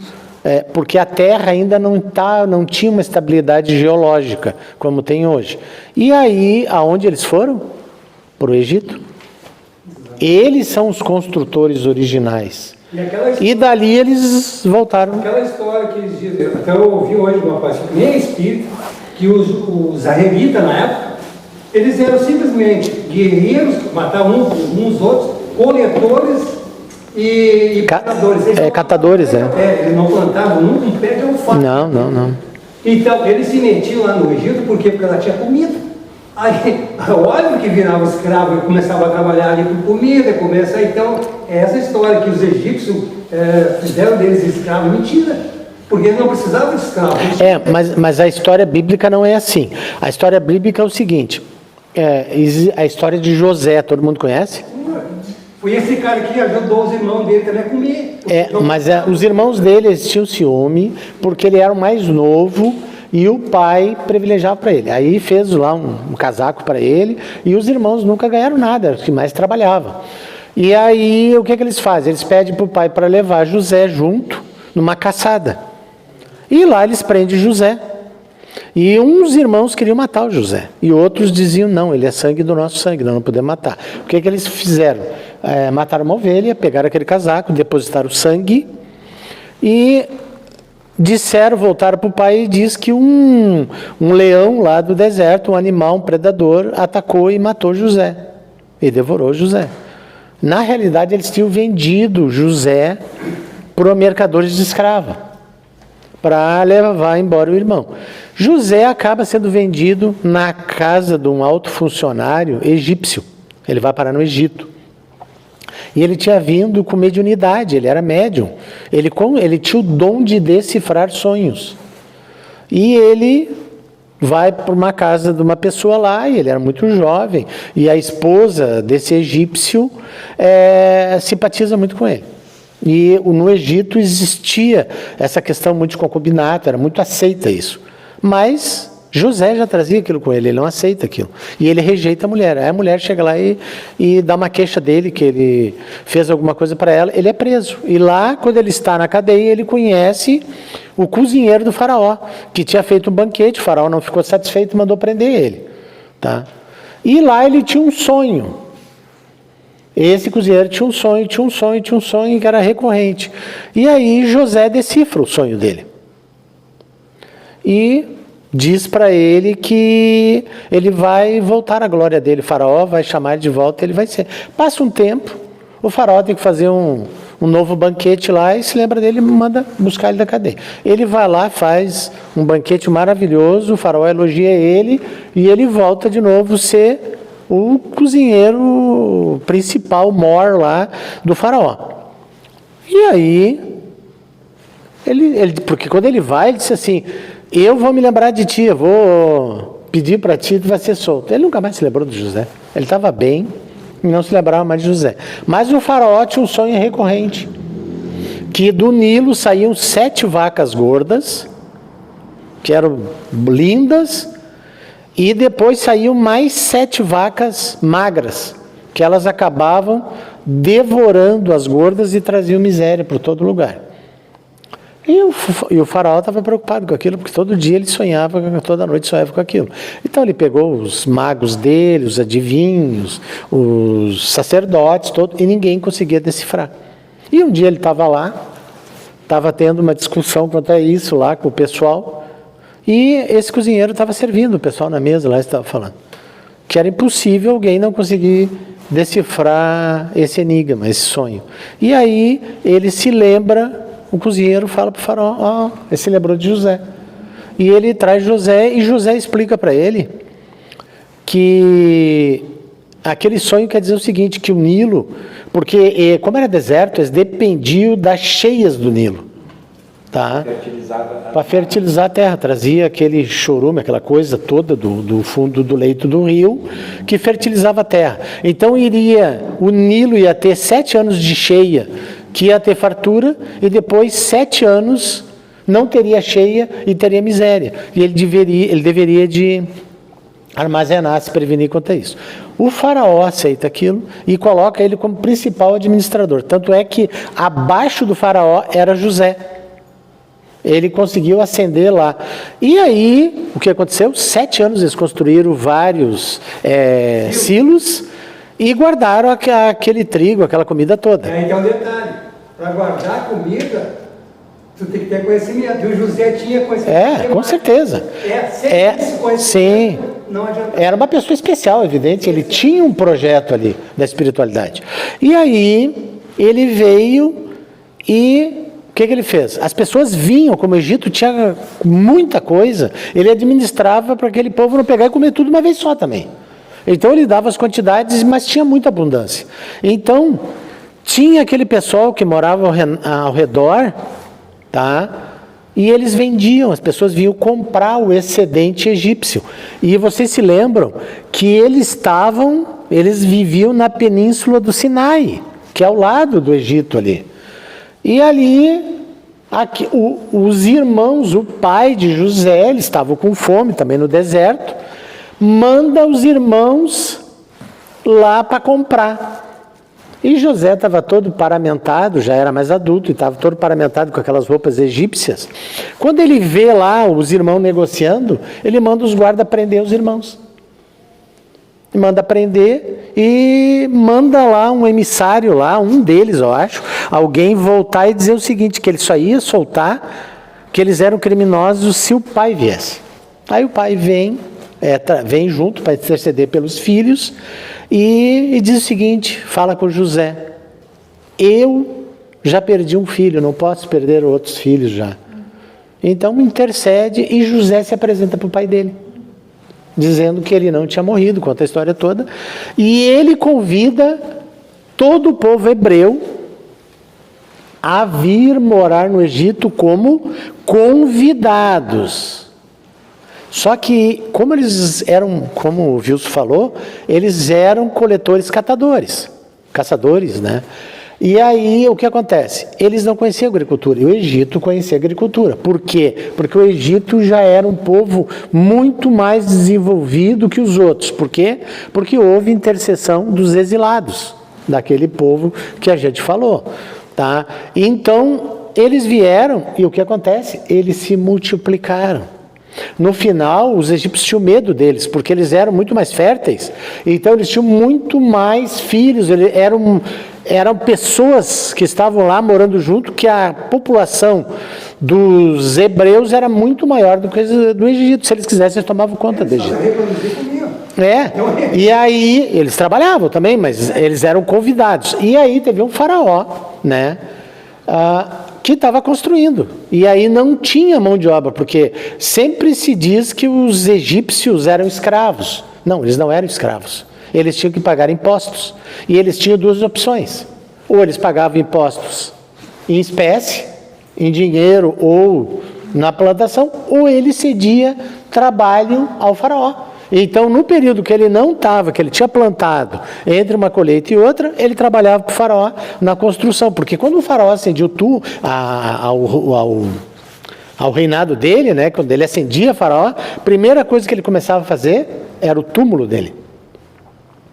Porque eles imaginavam que para entrar no outro mundo, o corpo tinha que estar preservado.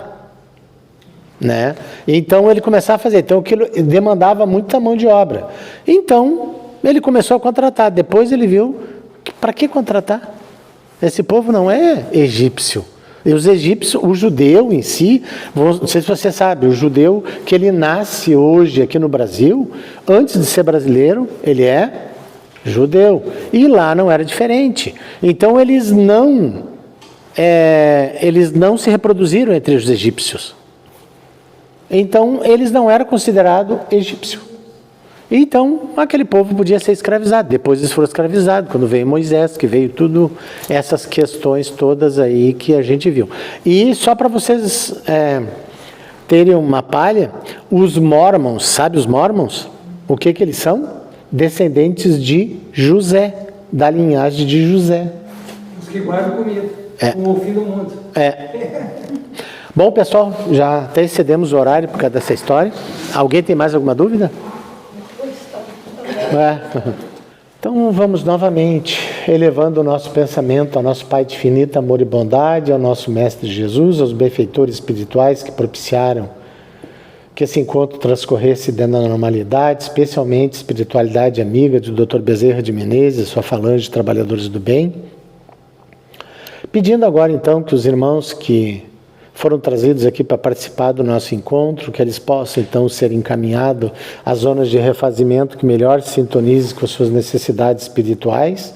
Os irmãos que porventura tenham vindo nos acompanhando desde o início desse trabalho, também possam carinhosamente ser encaminhados às instituições que melhor se sintonizam as suas necessidades, ou que eles permaneçam na casa onde poderão receber o atendimento adequado quando os trabalhos aqui se realizarem.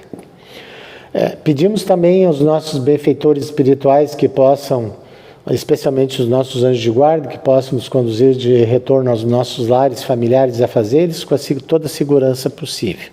E que possamos então levar um pouquinho dessa semente também aos nossos lares, aos nossos entes queridos.